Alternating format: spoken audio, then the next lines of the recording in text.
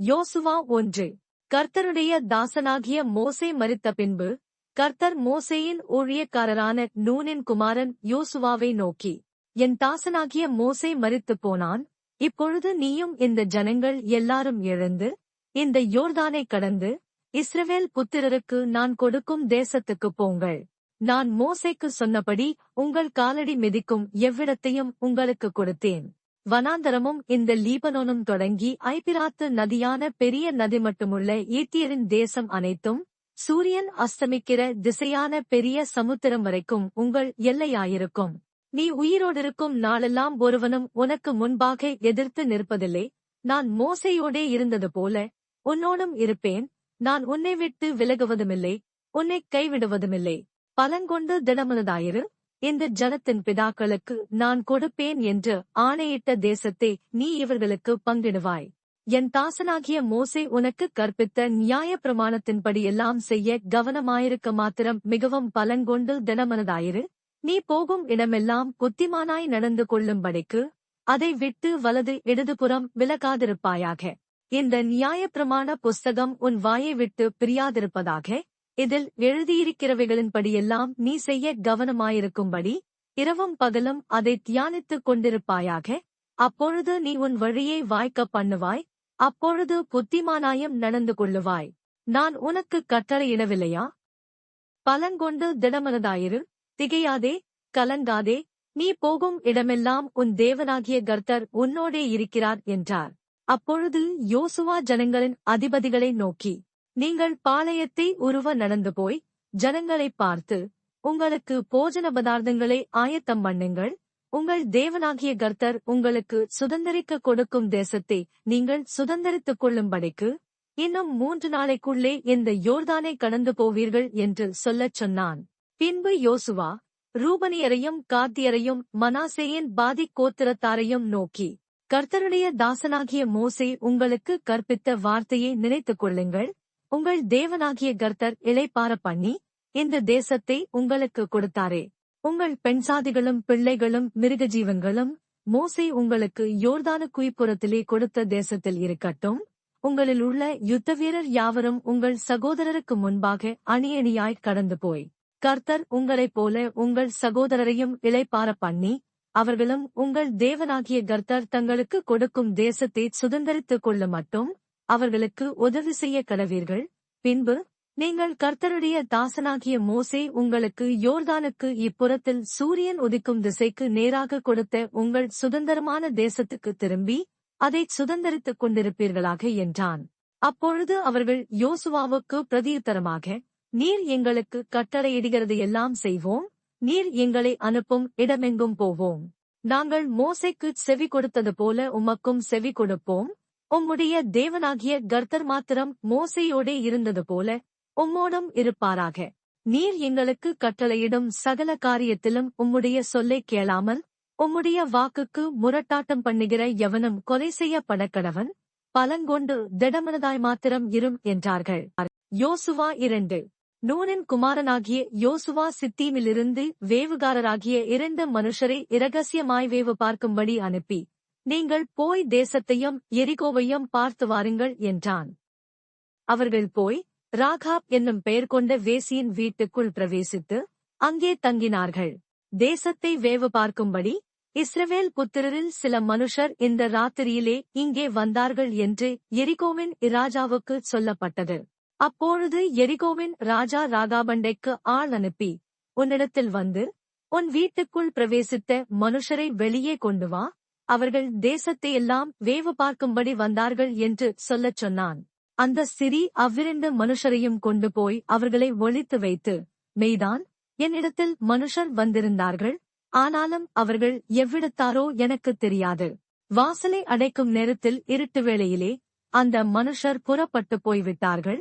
அவர்கள் எங்கே போனார்களோ எனக்குத் தெரியாது. அவர்களை சீக்கிரமாய் போய் தேடுங்கள். நீங்கள் அவர்களை பிடித்துக் கொள்ளலாம் என்றாள். அவள் அவர்களை வீட்டின் மேல் ஏற பண்ணி வீட்டின் மேல் பரப்பப்பட்ட சணல் தட்டைகளுக்குள்ளே மறைத்து வைத்திருந்தாள். அந்த மனுஷர் யோர்தானுக்கு போகிற வழியில் துரைகள் மட்டும் அவர்களை தேடப் போனார்கள். அவர்களை தேடுகிறவர்கள் புறப்பட்டவுடனே வாசல் அடைக்கப்பட்டது. அந்த மனுஷர் படுத்துக்கொள்ளும் முன்னே அவள் வீட்டின் மேல் அவர்களிடத்திற்கு ஏறிப்போய், கர்த்தர் உங்களுக்கு தேசத்தை ஒப்புக் கொடுத்தாரென்றும், உங்களைப் பற்றி எங்களுக்கு திகில் பிடித்திருக்கிறதென்றும், உங்களை குறித்து தேசத்து குடிகள் எல்லாரும் சோர்ந்து போனார்களென்றும் அறிவேன். நீங்கள் எகிப்திலிருந்து புறப்பட்டபோது கர்த்தர் உங்களுக்கு முன்பாக சிவந்த சமுத்திரத்தின் தண்ணீரை வற்றிப்போக பண்ணினதையும், நீங்கள் யோர்தானு கோப்புறத்தில் சங்காரம் பண்ணின எமோரியரின் 2 ராஜாக்களாகிய சீகோனுக்கும் ஓகுக்கும் செய்ததையும் கேள்விப்பட்டோம். கேள்விப்பட்டபோது எங்கள் இருதயம் கரைந்து போயிற்று, உங்களாலே எல்லாருடைய தைரியமும் அற்றுப்போயிற்று. உங்கள் தேவனாகிய கர்த்தரே உயர வானத்திலும் கீழே பூமியிலும் தேவனானவர். இப்போதும் நான் உங்களுக்கு தயவு செய்தபடியால் நீங்களும் என் தகப்பன் குடும்பத்துக்கு தயவு செய்வோம் என்று கர்த்தர் பேரில் எனக்கு ஆணையிட்டு, நீங்கள் என் தகப்பனையும் என் தாயையும் என் சகோதரரையும் என் சகோதரிகளையும் அவர்களுக்கு உண்டான எல்லாவற்றையும் உயிரோடே வைத்து எங்கள் ஜீவனை சாவுக்கு தப்புவிக்கும்படி எனக்கு நிச்சயமான அடையாளத்தை கொடுக்க வேண்டும் என்றான். அப்பொழுது அந்த மனுஷர் அவளை நோக்கி, எங்கள் ஜீவனே உங்கள் ஜீவனுக்கு ஈடு. நீங்கள் எங்கள் காரியத்தை வெளிப்படுத்தாதிருந்தால் கர்த்தர் எங்களுக்கு தேசத்தை கொடுக்கும்போது நாங்கள் தயையும் சத்தியமும் பாராட்டுவோம் என்றார்கள். அப்பொழுது அவர்களை கயிற்றினாலே ஜன்னல் வழியாய் இறக்கிவிட்டாள். அவள் வீடு அலங்கத்தின் மதிலில் இருந்தது, அலங்கத்திலே அவள் குடியிருந்தாள். அப்பொழுது அவள் அவர்களை நோக்கி, தேடுகிறவர்கள் உங்களைக் காணாதபடிக்கு நீங்கள் மலையிலே போய் அவர்கள் திரும்பி வருமட்டும் அங்கே 3 நாள் ஒளித்திருந்து பின்பு உங்கள் வழியே போங்கள் என்றாள். அப்பொழுது அந்த மனுஷர் அவளை நோக்கி, இதோ நாங்கள் தேசத்துக்குள் பிரவேசிக்கும்போது நீ இந்த சிவப்பு நூல் கயிற்றை எங்களை இறக்கிவிட்ட ஜன்னலிலே கட்டி உன் தகப்பனையும் உன் தாயையும் உன் சகோதரர்களையும் உன் தகப்பன் குடும்பத்தாரனைவரையும் உன்னிடத்தில் உன் வீட்டில் சேர்த்துக்கொள். இல்லாவிட்டால் நீ எங்கள் கையில் வாங்கின ஆணைக்கு நீங்களாயிருப்போம். எவனாகிலும் உன் வீட்டு வாசல்களிலிருந்து வெளியே புறப்பட்டால் அவனுடைய இரத்தப்பழுவன் தலையின் மேல் இருக்கும். எங்கள் மேல் குற்றம் இல்லை, உன்னோடே வீட்டில் இருக்கிற எவன் மேலாகிலும் கைபோடப்பட்டதேயாகில் அவனுடைய இரத்தப்பழி எங்கள் தலையின் மேலிருக்கும். நீ எங்கள் காரியத்தை வெளிப்படுத்தினாயேயானால் நீ எங்கள் கையில் வாங்கினானைக்கு நீங்களாயிருப்போம் என்றார்கள். அதற்கு அவள், உங்கள் வார்த்தையின்படியே ஆகக் கடவது என்று சொல்லி அவர்களை அனுப்பிவிட்டாள். அவர்கள் போய்விட்டார்கள். பின்பு அவள் அந்த சிவப்பு கயிற்றை ஜன்னலிலே கட்டி வைத்தாள். அவர்கள் போய் மலையிலே சேர்ந்து தேடுகிறவர்கள் திரும்பி வருமட்டும் 3 நாள் அங்கே தரித்திருந்தார்கள். தேடுகிறவர்கள் வழியெல்லாம் அவர்களை தேடியும் காணாதே போனார்கள். அந்த 2 மனுஷரும் திரும்பி மலையிலிருந்து இறங்கி ஆற்றைக் கடந்து நூனின் குமாரனாகிய யோசுவாவினிடத்தில் வந்து தங்களுக்கு சம்பவித்த யாவையும் அவனுக்கு தெரிவித்து, கர்த்தர் தேசத்தையெல்லாம் நம்முடைய கையில் ஒப்புக் கொடுத்தார், தேசத்தின் குடிகளெல்லாம் நமக்கு முன்பாகச் சோர்ந்து போனார்கள் என்று அவனோடே சொன்னார்கள். யோசுவா 3. அதிகாலமே யோசுவா எழுந்திருந்த பின்பு அவனும் இஸ்ரவேல் புத்திரர் அனைவரும் சித்தீமிலிருந்து பிரயாணம் பண்ணி யோர்தான் மட்டும் வந்து அதைக் கடந்து போகும் முன்னே அங்கே இராத்தங்கினார்கள். 3 நாள் சென்ற பின்பு அதிபதிகள் பாளையம் எங்கும் போய் ஜனங்களை நோக்கி, நீங்கள் உங்கள் தேவனாகிய கர்த்தருடைய உடன்படிக்கை பெட்டியையும் சுமக்கிற லேவியராகிய ஆசாரியர்களையும் கண்டவுடனே நீங்களும் உங்கள் இடத்தை விட்டு பிரயாணப்பட்டு அதற்குப் பின் செல்லுங்கள். உங்களுக்கும் அதற்கும் இடையிலே 2000 முழத் தூரமான இடம் இருக்க வேண்டும்.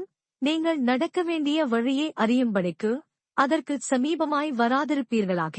இதற்கு முன்னே நீங்கள் ஒருபோதும் இந்த வழியாய் நடந்து போகவில்லை என்று சொல்லி கட்டளையிட்டார்கள். யோசுவா ஜனங்களை நோக்கி, உங்களை பரிசுத்தம் பண்ணிக் கொள்ளுங்கள். நாளைக்கு கர்த்தர் உங்கள் நடுவிலே அற்புதங்களைச் செய்வார் என்றான். பின்பு யோசுவா ஆசாரியர்களை நோக்கி, உடன்படிக்கை பெட்டியை எடுத்துக்கொண்டு ஜனங்களுக்கு முன்னே நடந்து போங்கள் என்றான். அப்படியே உடன்படிக்கை பெட்டியை எடுத்துக்கொண்டு ஜனங்களுக்கு முன்னே போனார்கள்.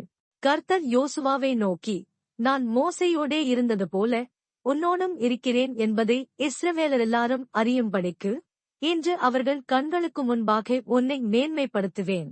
உடன்படிக்கை பெட்டியை சுமக்கிற ஆசாரியரை பார்த்து, நீங்கள் யோர்தான் தண்ணீர் ஓரத்தில் சேரும்போது யோர்தானில் நில்லுங்கள் என்று நீ கட்டளையிடுவாயாக என்றான். யோசுவா இஸ்ரவேல் புத்திரரை நோக்கி, நீங்கள் இங்கே சேர்ந்து உங்கள் தேவனாகிய கர்த்தருடைய வார்த்தைகளைக் கேளுங்கள் என்றான்.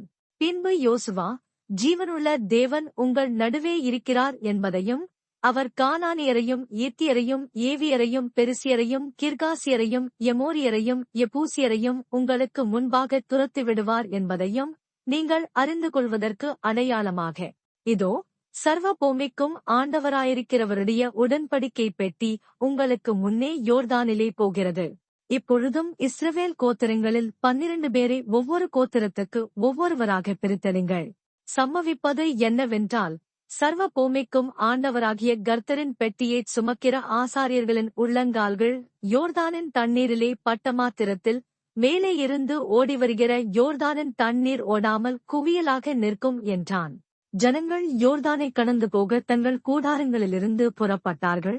ஆசாரியர்கள் உடன்படிக்கை பெட்டியை ஜனங்களுக்கு முன்னே சுமந்து கொண்டு போய் யோர்தான் மட்டும் வந்தார்கள். யோர்தான் அறுப்புக் காலம் முழுவதும் கரை புரண்டு போம்.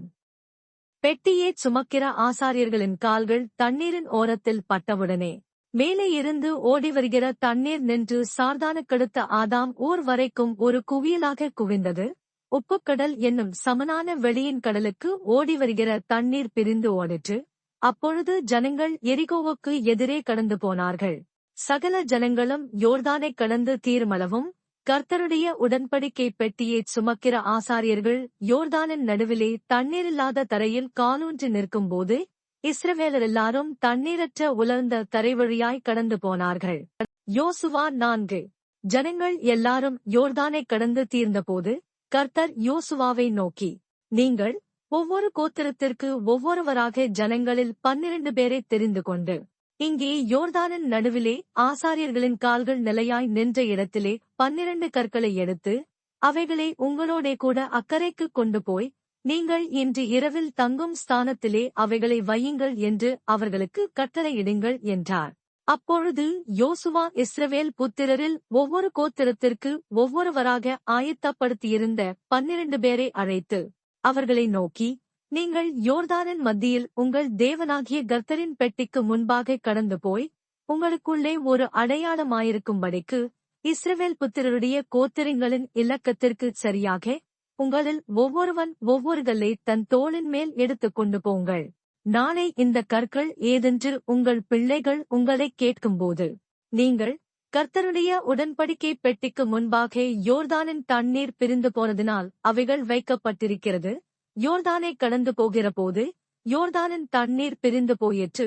ஆகையால் இந்த கற்கள் இஸ்ரவேல் புத்திரருக்கு என்றைக்கும் நினைப்பூட்டும் அடையாளம் என்று சொல்லுங்கள் என்றான். யோசுவா கட்டளையிட்டபடி இஸ்ரவேல் புத்திரர் செய்து கர்த்தர் யோசுவாவோடே சொன்னபடியே இஸ்ரவேல் புத்திரருடைய கோத்திரங்களின் இலக்கத்திற்கு சரியாக 12 கற்களை யோர்தானின் நடுவில் எடுத்து அவைகளை தங்களோடே கூட அக்கரைக்கு கொண்டு போய் தாங்கள் தங்கின இடத்திலே வைத்தார்கள். யோர்தானின் நடுவிலும் உடன்படிக்கை பெட்டியைச் சுமந்த ஆசாரியரின் கால்கள் நின்ற இடத்திலே யோசுவா 12 கற்களை நாட்டினான். அவைகள் இந்நாள் மட்டும் அங்கே இருக்கிறது. மோசே யோசுவாவுக்கு கட்டளையிட்டிருந்த எல்லாவற்றின்படியும் ஜனங்களுக்கு சொல்லும்படி கர்த்தர் யோசுவாவுக்கு கட்டளையிட்டவைகளையெல்லாம் செய்து முடியுமட்டும் பெட்டியைச் சுமக்கிற ஆசாரியர் யோர்தானின் நடுவே நின்றார்கள். ஜனங்கள் தீவிரித்து கடந்து போனார்கள். ஜனமெல்லாம் கடந்து போன பின்பு கர்த்தருடைய பெட்டியும் கடந்தது. ஆசாரியர் ஜனத்துக்கு முன்பாக போனார்கள்.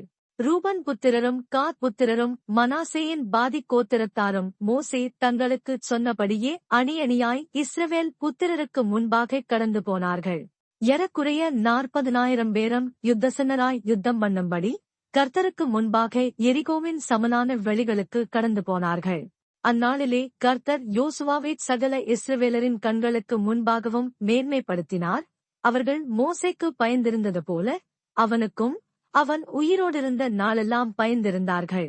கர்த்தர் யோசுவாவை நோக்கி, சாட்சியின் பெட்டியைச் சுமக்கிற ஆசாரியர் யோர்தானிலிருந்து கரையேறும்படி அவர்களுக்கு கட்டளையிடு என்று சொன்னார். யோசுவா, யோர்தானிலிருந்து கரையேறி வாருங்கள் என்று ஆசாரியர்களுக்கு கட்டளையிட்டான். அப்பொழுது கர்த்தருடைய உடன்படிக்கை பெட்டியைச் சுமக்கிற ஆசாரியர் யோர்தான் நடுவிலிருந்து ஏறி அவர்கள் உள்ளங்கால்கள் கரையில் ஊன்றினபோது யோர்தானின் தண்ணீர்கள் தங்களிடத்துக்கு திரும்பி முன்போல அதன் கரையெங்கும் புரண்டது. இந்த பிரகாரமாக முதல் மாதம் 10ஆம் தேதியிலே ஜனங்கள் யோர்தானிலிருந்து கரையேறி எரிகோவுக்கு கீழெல்லையான கில்காலிலே பாளையமிறங்கினார்கள். அவர்கள் யோர்தானில் எடுத்துக் கொண்டு வந்த அந்த 12 கற்களையும் யோசுவா கில்காலிலே நாட்டி இஸ்ரவேல் புத்திரரை நோக்கி, நாளை உங்கள் பிள்ளைகள் இந்த கற்கள் ஏதென்று தங்கள் பிதாக்களை கேட்கும்போது நீங்கள் உங்கள் பிள்ளைகளுக்கு அறிவிக்க வேண்டியது என்னவென்றால், இஸ்ரவேல் வெட்டாந்தரை வழியாய் இந்த யோர்தானை கடந்து வந்தார்கள்.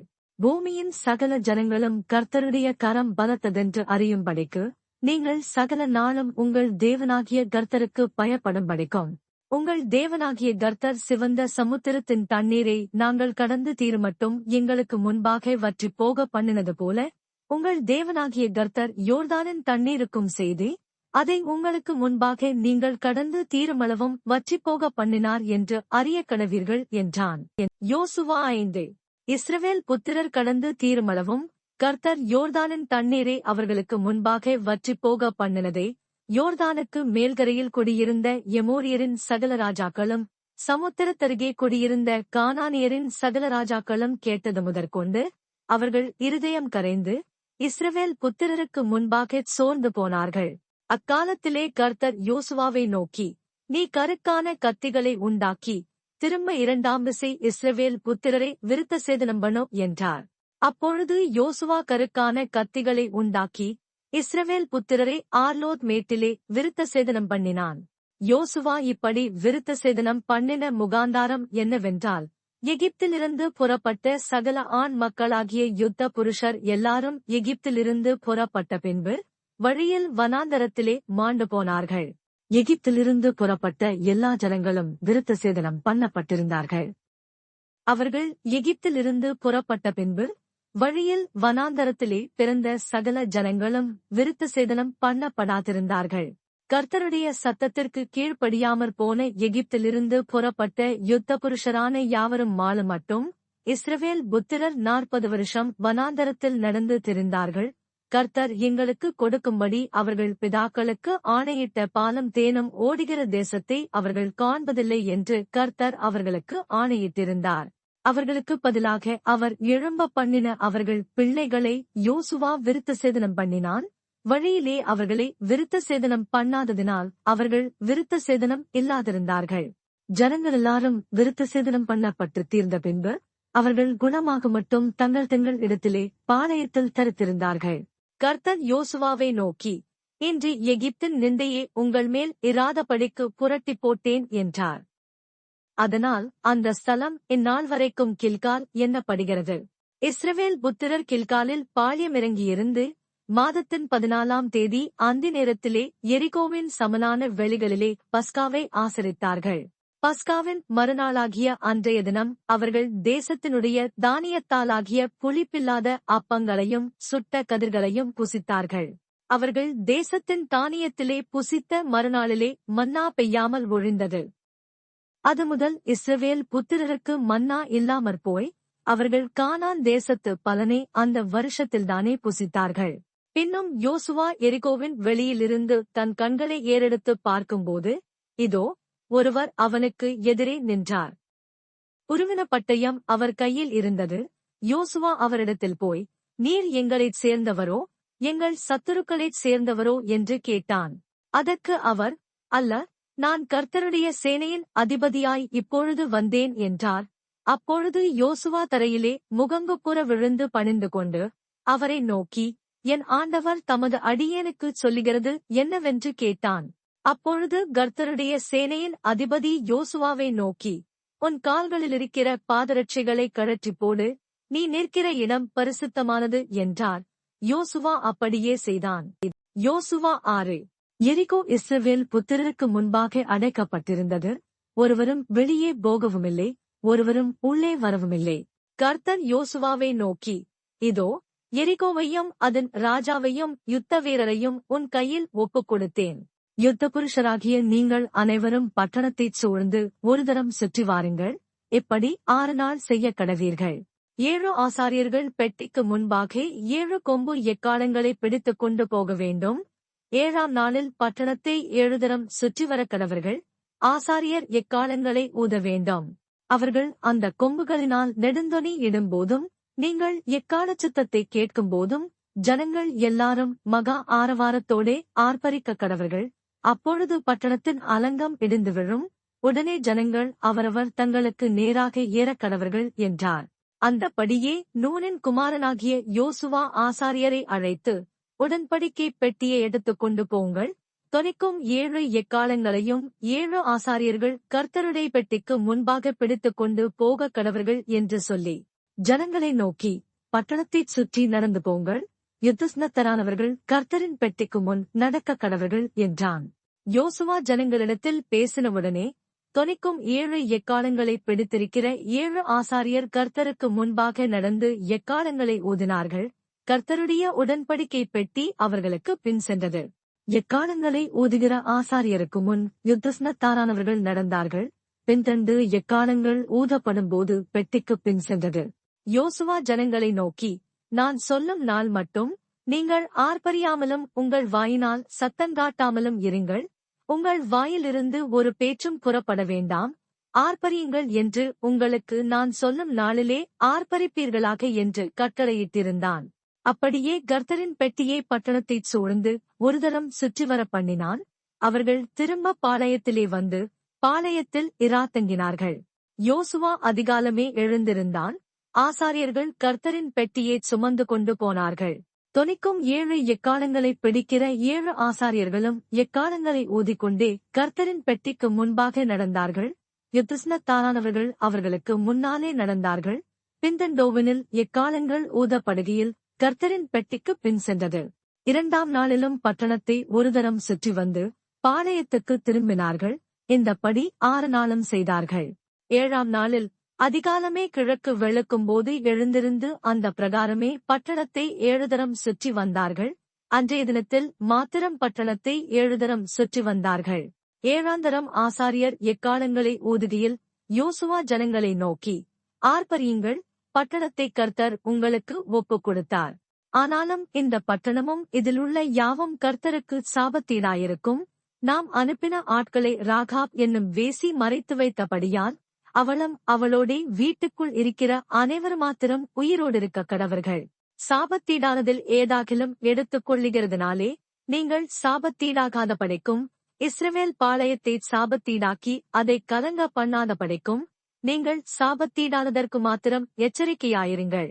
சகல வெள்ளியும் பொன்னும் வெண்கலத்தினாலும் இரும்பினாலும் செய்யப்பட்ட பாத்திரங்களும் கர்த்தருக்கு பரிசுத்தமானவைகள், அவைகள் கர்த்தரின் பொக்கிஷத்தில் சேரும் என்றான். எக்காளங்களை ஊதுகையில் ஜனங்கள் ஆர்ப்பரித்தார்கள். எக்காள சத்தத்தை ஜனங்கள் கேட்டு மகா ஆரவாரத்தோடே முழங்குகையில் அலங்கம் இடிந்து விழுந்தது. உடனே ஜனங்கள் அவரவர் தங்களுக்கு நேராக பட்டணத்தில் ஏறி பட்டணத்தை பிடித்து பட்டணத்திலிருந்த புருஷரையும் ஸ்திரீகளையும் வாலிபரையும் கிழவரையும் ஆடு மாடுகளையும் கழுதைகளையும் சகலத்தையும் பட்டயக்கருக்கினால் சங்காரம் பண்ணினார்கள். யோசுவா தேசத்தை வேவு பார்த்த 2 புருஷரையும் நோக்கி, நீங்கள் அந்த வேசியின் வீட்டிலே போய் நீங்கள் அவளுக்கு ஆணையிட்டபடி அந்த ஸ்திரீயையும் அவளுக்கு உண்டான யாவையும் அங்கேயிருந்து வெளியே கொண்டு வாருங்கள் என்றான். அப்பொழுது வேவுகாரரான அந்த வாலிபர் உள்ளே போய் ராகாபையும் அவள் தகப்பனையும் அவள் தாயையும் சகோதரர்களையும் அவளுக்குள்ள யாவையும் அவள் குடும்பத்தார் அனைவரையும் வெளியே அழைத்துக் கொண்டு வந்து அவர்களை இஸ்ரவேல் பாளையத்துக்கு புறம்பே இருக்கும்படி பண்ணினார்கள். பட்டணத்தையும் அதிலுள்ள யாவையும் அக்கினியால் சுட்டெரித்தார்கள். வெள்ளியையும் பொன்னையும் வெண்கலத்தினாலும் இரும்பினாலும் செய்த பாத்திரங்களையும் மாத்திரம் கர்த்தரின் ஆலய பொக்கிஷத்தில் சேர்த்தார்கள். எரிகோவை வேவு பார்க்க யோசுவா அனுப்பின ஆட்களை ராகாப் என்னும் வேசி மறைத்து வைத்தபடியினால் அவளையும் அவள் தகப்பன் வீட்டாரையும் அவளுக்குள்ள யாவையும் யோசுவா உயிரோடே வைத்தான். அவள் இந்நாள் வரைக்கும் இஸ்ரவேலின் நடுவிலே குடியிருக்கிறாள். அக்காலத்திலே யோசுவா இந்த எரிகோ பட்டணத்தை கட்டும்படி எழும்பும் மனுஷன் கர்த்தருக்கு முன்பாக சபிக்கப்பட்டிருக்க கடவன். அவன் அதன் அஸ்திபாரத்தை போடுகிறபோது தன் மூத்த குமாரனையும் அதன் வாசல்களை வைக்கிறபோது தன் இளைய குமாரனையும் சாக கொடுக்க கடவன் என்று சாபம் கூறினான். இவ்விதமாய் கர்த்தர் யோசுவாவோடே கூட இருந்தார். அவன் கீர்த்தி தேசமெங்கும் பரம்பெற்று. யோசுவா 7. இஸ்ரவேல் புத்திரர் சாபத்தீடானதிலே துரோகம் பண்ணினார்கள். எப்படியெனில் யூதா கோத்தரத்து சோராகுடைய குமாரனாகிய சப்தியின் மகன் கர்மீக்கு பிறந்த ஆகான் என்பவன் சாபத்தீடானதிலே சிலதை எடுத்துக் கொண்டான். ஆகையால் இஸ்ரவேல் புத்திரர் மேல் கர்த்தருடைய கோபம் மூண்டது. யோசுவா எரிகோவிலிருந்து பெத்தேலுக்கு கிழக்கிலுள்ள பெத்தாவேன் சமீபத்திலிருக்கிற ஆயிபட்னத்துக்கு போகும்படி ஆட்களை அனுப்பி, நீங்கள் போய் அந்த நாட்டை வேவு பாருங்கள் என்றான். அந்த மனுஷர் போய் ஆயியை வேவு பார்த்து யோசுவாவினிடத்தில் திரும்பி வந்து அவனை நோக்கி, ஜனங்கள் எல்லாரும் போக வேண்டியதில்லை, ஏறக்குறைய 2000-3000 பேர் போய் ஆயியை முறிய அடிக்கலாம், எல்லா ஜனங்களையும் அங்கே போகும்படி வருத்தப்படுத்த வேண்டியதில்லை, அவர்கள் கொஞ்சம் பேர்தான் என்றார்கள். அப்படியே ஜனங்களில் ஏறக்குறைய 3000 பேர் அவ்விடத்திற்குப் போனார்கள். ஆனாலும் அவர்கள் ஆயியின் மனுஷருக்கு முன்பாக முறிந்தோடினார்கள். ஆயியின் மனுஷர் அவர்களில் ஏறக்குறைய 36 பேரை வெட்டி போட்டார்கள். பட்டணவாசலின் வெளி துவக்கி செபாரி மட்டும் அவர்களை துரத்தி மலையிறக்கத்திலே அவர்களை வெட்டினார்கள். ஜனங்களின் இருதயம் கரைந்து தண்ணீராய்ப் போயிற்று. அப்பொழுது யோசுவா தன் வஸ்திரங்களை கிழித்துக் கொண்டு அவனும் இஸ்ரவேலின் மூப்பரும் சாயங்காலம் மட்டும் கர்த்தரின் பெட்டிக்கு முன்பாக தரையிலே முகங்குப்புற விழுந்து தங்கள் தலைகளின் மேல் புழுதியை போட்டுக்கொண்டு கிடந்தார்கள். யோசுவா, கர்த்தராகிய ஆண்டவரே, எங்களை அழிக்கும்படிக்கு எமோரியர் கைகளில் ஒப்புக் கொடுப்பதற்காகவா தேவரீர் இந்த ஜனத்தை யோர்தானை கடக்க பண்ணினீர்? நாங்கள் யோர்தானுக்கு அப்புறத்தில் மனத்திருப்தியாக இருந்து விட்டோமானால் நலமாயிருக்கும். ஆண்டவரே, இஸ்ரவேலர் தங்கள் சத்துருக்களுக்கு முதுகை காட்டினார்கள். இப்பொழுது நான் என்ன சொல்லுவேன்? கானானியரும் தேசத்து குடிகள் யாவரும் இதைக் கேட்டு எங்களை வளைந்து கொண்டு எங்கள் பேரை பூமியிலிராதபடிக்கு வேறற்றுப் போக பண்ணுவார்களே, அப்பொழுது உமது மகத்தான நாமத்துக்கு என்ன செய்வீர் என்றான். அப்பொழுது கர்த்தர் யோசுவாவை நோக்கி, எழுந்திரு, நீ இப்படி முகங்குப்புற விழுந்து கிடக்கிறது என்ன? இஸ்ரவேலர் பாவஞ்செய்தார்கள், நான் அவர்களுக்கு கட்டளையிட்ட என் உடன்படிக்கையை மீறினார்கள். சாபத்தீடானதில் எடுத்துக்கொண்டதும் களவு செய்ததும் வஞ்சித்ததும் தங்கள் பண்டம்பாடிகளுக்குள்ளே வைத்ததும் உண்டே. ஆதலால் இஸ்ரவேல் புத்திரர் தங்கள் சத்துருக்களுக்கு முன்பாக நிற்கக்கூடாமல் தங்கள் சத்துருக்களுக்கு முதுகை காட்டினார்கள். அவர்கள் சாபத்தீடானார்கள். நீங்கள் சாபத்தீடானதெங்கள் நடுவிலிருந்து நிக்கிரகம் பண்ணாவிட்டால் இனி உங்களோடு இரேன். எழுந்திரு. நீ ஜனங்களை பரிசுத்தம் பண்ணிச் சொல்ல வேண்டியது என்னவென்றால், நாளைய தினத்துக்கு உங்களை பரிசுத்தம் பண்ணிக் கொள்ளுங்கள். இஸ்ரவேலரே, சாபத்தீடானது உங்கள் நடுவே இருக்கிறது. நீங்கள் சாபத்தீடானதை உங்கள் நடுவிலிருந்து விலக்காதிருக்கு மட்டும் நீங்கள் உங்கள் சத்துருக்களுக்கு முன்பாக நிற்கக்கூடாது என்று இஸ்ரவேலின் தேவனாகிய கர்த்தர் சொல்லுகிறார். காலையில் நீங்கள் கோத்திரம் கோத்திரமாக வரவேண்டும். அப்பொழுது கர்த்தர் குறிக்கிற கோத்திரம் வம்சம் வம்சமாக வரவேண்டும். கர்த்தர் குறிக்கிற வம்சம் குடும்பம் குடும்பமாக வரவேண்டும். கர்த்தர் குறிக்கிற குடும்பம் பேர் பேராக வரவேண்டும் என்று சொல். அப்பொழுது சாபத்தீடானதை எடுத்தவனாய் கண்டுபிடிக்கப்படுகிறவன் கர்த்தரின் உடன்படிக்கையை மீறி இஸ்ரவேலிலே மதிகேடான காரியத்தைச் செய்தபடியினால் அவனும் அவனுக்குள்ள யாவும் அக்கினியால் சுட்டெரிக்கப்பட கடவுது என்றார். யோசுவா அதிகாலமே எழுந்திருந்து இஸ்ரவேலரை கோத்திரம் கோத்திரமாக வர பண்ணினான். அப்பொழுது யூதாவின் கோத்திரம் குறிக்கப்பட்டது. அவன் யூதாவின் வம்சங்களை வர பண்ணினபோது சேராகியரின் வம்சம் குறிக்கப்பட்டது. அவன் சேராகியரின் வம்சத்தை பேர் பேராக வர பண்ணினபோது சப்தி குறிக்கப்பட்டான். அவன் வீட்டாரை அவன் பேர் பேராக வர பண்ணினபோது யூதா கோத்திரத்துச் சேராகின் குமாரனாகிய சப்திக்கு பிறந்த கர்மியின் மகன் ஆகான் குறிக்கப்பட்டான். அப்பொழுது யோசுவா ஆகானை நோக்கி, மகனே, நீ இப்பொழுது இஸ்ரவேலின் தேவனாகிய கர்த்தரை மகிமைப்படுத்து, அவருக்கு முன்பாக அறிக்கை பண்ணி, நீ செய்ததை எனக்குச் சொல்லு, அதை எனக்கு ஒழிக்காதே என்றான். அப்பொழுது ஆகான் யோசுவாவுக்கு பிரதியுத்தரமாக, மெய்யாகவே நான் இஸ்ரவேலின் தேவனாகிய கர்த்தருக்கு விரோதமாக பாவஞ்செய்தேன், இன்னின்ன பிரகாரமாகச் செய்தேன். கொள்ளையிலே நேர்த்தியான ஒரு பாபிலோனிய சால்வையையும் 200 வெள்ளிச் சேக்கலையும் 50 சேக்கல் நிறையான ஒரு பொன்பாடத்தையும் நான் கண்டு அவைகளை இச்சித்து எடுத்துக்கொண்டேன். இதோ அவைகள் என் கூடாரத்தின் மத்தியில் பூமிக்குள் புதைத்திருக்கிறது. வெள்ளி அதன் அடியிலிருக்கிறது என்றான். உடனே யோசுவா ஆட்களை அனுப்பினான். அவர்கள் கூடாரத்துக்குள் ஓடினார்கள். அவனுடைய கூடாரத்தில் அது புதைத்திருந்தது. வெள்ளியும் அதன் கீழ் இருந்தது.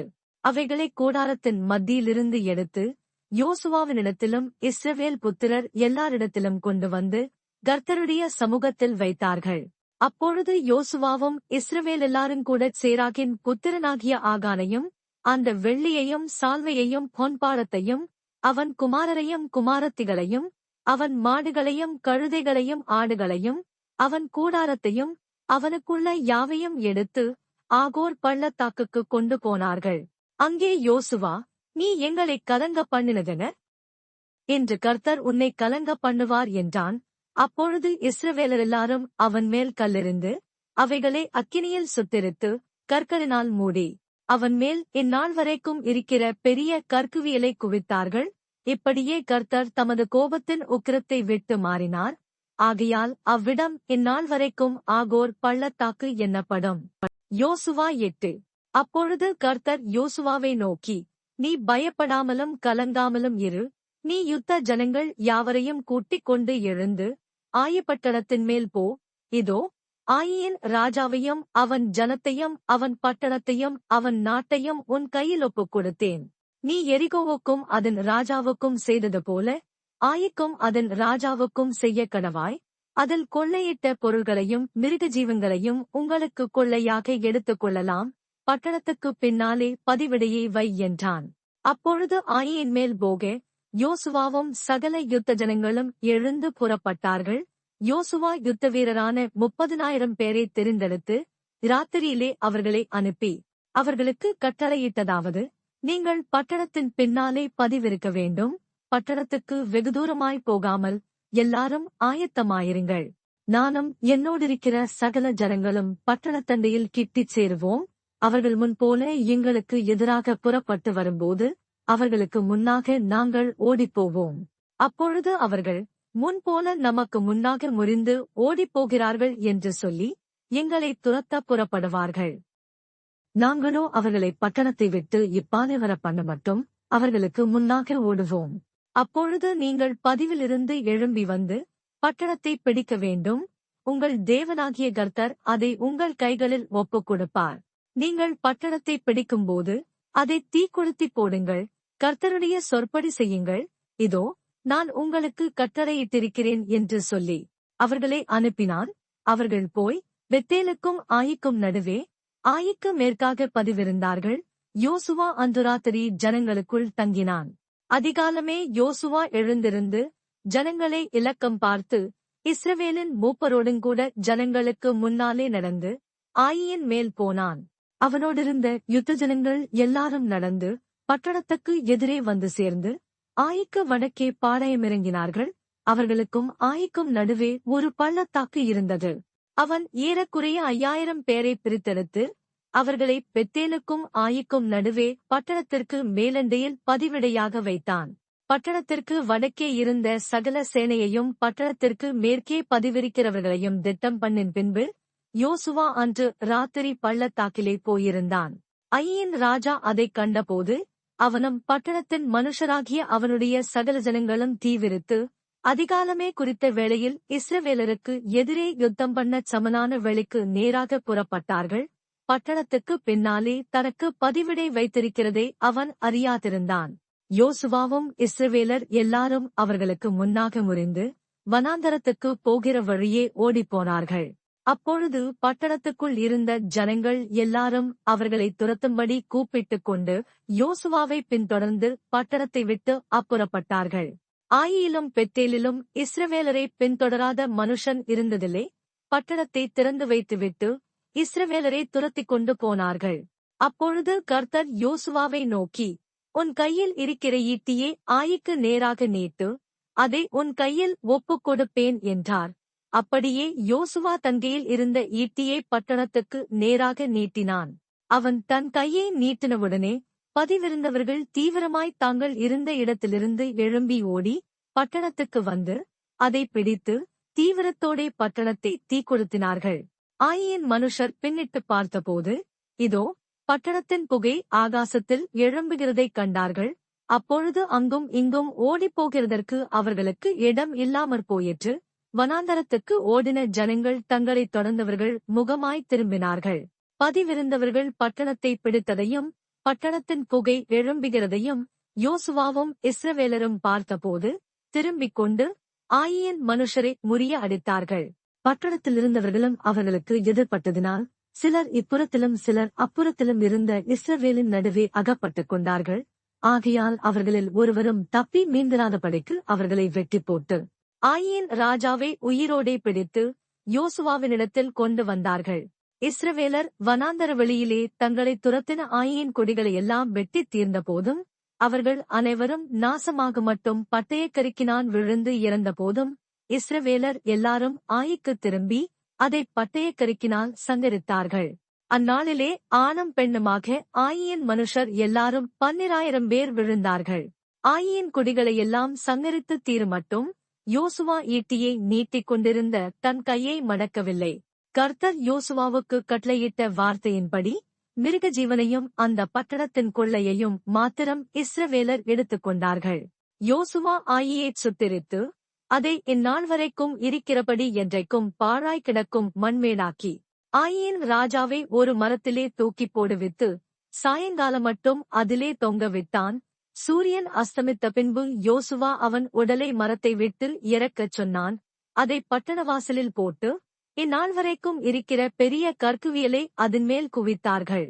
அப்பொழுது யோசுவா கர்த்தரின் தாசனாகிய மோசே இஸ்ரவேல் புத்திரருக்கு கட்டளையிட்டபடியும் மோசேயின் நியாயப்பிரமாண புஸ்தகத்தில் எழுதியிருக்கிறபடியும் ஏபால் பர்வதத்தில் இஸ்ரவேலின் தேவனாகிய கர்த்தருக்கு இருப்பாயுதம்படாத முழுக்கற்களால் ஒரு பலிபீடத்தை கட்டினான். அதன் மேல் கர்த்தருக்கு சர்வாங்கதகன பலிகளைச் செலுத்தி சமாதான பலிகளையும் இட்டார்கள். இஸ்ரவேல் புத்திரருக்கு முன்பாக மோசே எழுதியிருந்த நியாய பிரமாணத்தை அவன் அங்கே கற்களில் பேர்த்தெழுதினான். இஸ்ரவேல் ஜனங்களை ஆசீர்வதிக்கும்படி கர்த்தரின் தாசனாகிய மோசே முதலில் கட்டளையிட்டிருந்தபடியே இஸ்ரவேலர் எல்லாரும் அவர்களுடைய மூப்பரும் அதிபதிகளும் நியாயாதிபதிகளும் அந்நியர்களும் இஸ்ரவேலில் பிறந்தவர்களும் கர்த்தருடைய உடன்படிக்கை பெட்டியைச் சுமக்கிற லேவியரான ஆசாரியருக்கு முன்பாக பெட்டிக்கு இருபுறத்திலும் பாதிபேர் கெரிசி மலைக்கு எதிர்ப்புறமாகவும் பாதிபேர் ஏபால் மலைக்கு எதிர்ப்புறமாகவும் நின்றார்கள். அதற்குப் பின்பு அவன் நியாயப்பிரமாண புஸ்தகத்தில் எழுதியிருக்கிறபடி நியாயப்பிரமாணத்தில் சொல்லிய ஆசீர்வாதமும் சாபமுமாகிய சகல வார்த்தைகளையும் வாசித்தான். மோசே கட்டளையிட்ட எல்லாவற்றிலும் யோசுவா இஸ்ரவேலின் முழு சபைக்கும் ஸ்திரீகளுக்கும் பிள்ளைகளுக்கும் அவர்களுக்குள் நடமாடி சஞ்சரித்த அந்நியர்களுக்கும் முன்பாக ஒரு வார்த்தையையும் விடாமல் வாசித்தான். யோசுவா 9. யோர்தானுக்கு இப்புறத்திலே மலைகளிலும் பள்ளத்தாக்குகளிலும் லீபனோனுக்கு எதிரான பெரிய சமுத்திரத்தின் கரையோரமெங்குமுள்ள ஏத்தியரும் எமோரியரும் கானானியரும் பெரிசியரும் ஏவியரும் எபூசியருமானவர்களுடைய சகல ராஜாக்களும் அதைக் கேள்விப்பட்டபோது அவர்கள் ஒருமனப்பட்டு யோசுவாவோடும் இஸ்ரவேலரோடும் யுத்தம் பண்ண ஏகமாய் கூடினார்கள். எரிகோவுக்கும் ஆயிக்கும் யோசுவா செய்ததை கிபியோனின் குடிகள் கேள்விப்பட்டபோது ஒரு தந்திரமான யோசனை பண்ணி தங்களை ஸ்தானாதிபதிகள் போல காண்பித்து பழைய இரட்டுப் பைகளையும் பீரலும் பொத்தலுமான பழைய திராட்சரச துருத்திகளையும் தங்கள் கழுதைகள் மேல் வைத்து பழுது பார்க்கப்பட்ட பழைய பாதரட்சைகளை தங்கள் கால்களில் போட்டு பழைய வஸ்திரங்களை உடுத்திக் கொண்டார்கள். வழிக்கு அவர்கள் கொண்டு போன அப்பமெல்லாம் உலர்ந்ததும் பூசணம் பூத்ததுமாயிருந்தது. அவர்கள் கில்காலில் இருக்கிற பாளையத்துக்கு யோசுவாவினிடத்தில் போய் அவனையும் இஸ்ரவேல் மனுஷரையும் நோக்கி, நாங்கள் தூரதேசத்திலிருந்து வந்தவர்கள், எங்களோடே உடன்படிக்கை பண்ணுங்கள் என்றார்கள். அப்பொழுது இஸ்ரவேல் மனுஷர் அந்த ஏவியரை நோக்கி, நீங்கள் எங்கள் நடுவிலே குடியிருக்கிறவர்களாக்கும், நாங்கள் எப்படி உங்களோடே உடன்படிக்கை பண்ணலாம் என்றார்கள். அவர்கள் யோசுவாவை நோக்கி, நாங்கள் உமக்கு அடிமைகள் என்றார்கள். அதற்கு யோசுவா, நீங்கள் யார், எங்கே இருந்து வந்தீர்கள் என்று கேட்டான். அதற்கு அவர்கள், உம்முடைய தேவனாகிய கர்த்தருடைய நாமத்தின் பிரஸ்தாபத்தைக் கேட்டு உமது அடியாராகிய நாங்கள் வெகு தூரதேசத்திலிருந்து வந்தோம். அவருடைய கீர்த்தியையும் அவர் எகிப்திலே செய்த யாவையும் அவர் எஸ்போனின் ராஜாவாகிய சீகோனும் அஸ்தோத்திலிருந்த பாசானின் ராஜாவாகிய ஓகும் என்கிற யோர்தானுக்கு அப்புறத்திலிருந்த எமோரியரின் 2 இராஜாக்களுக்கும் செய்த யாவையும் கேள்விப்பட்டோம். ஆகையால் எங்கள் மூப்பரும் எங்கள் தேசத்து குடிகளெல்லாரும் எங்களை நோக்கி, உங்கள் கைகளில் வழிக்கு ஆகாரம் எடுத்துக்கொண்டு அவர்களுக்கு எதிர்கொண்டு போய் அவர்களிடத்தில், நாங்கள் உங்கள் அடியார், எங்களோடே உடன்படிக்கை பண்ண வேண்டும் என்று சொல்லச் சொன்னார்கள். உங்களிடத்தில் வர நாங்கள் புறப்படுகிற அன்றே எங்கள் வழிப்பிரயாணத்துக்கு இந்த அப்பத்தை சுடச் சுட எங்கள் வீட்டிலிருந்து எடுத்துக்கொண்டு வந்தோம். இப்பொழுது இதோ உலர்ந்து பூசணம் பூத்திருக்கிறது. நாங்கள் இந்த திராட்சரச துரத்திகளை நிரப்புகையில் புதிதாயிருந்தது.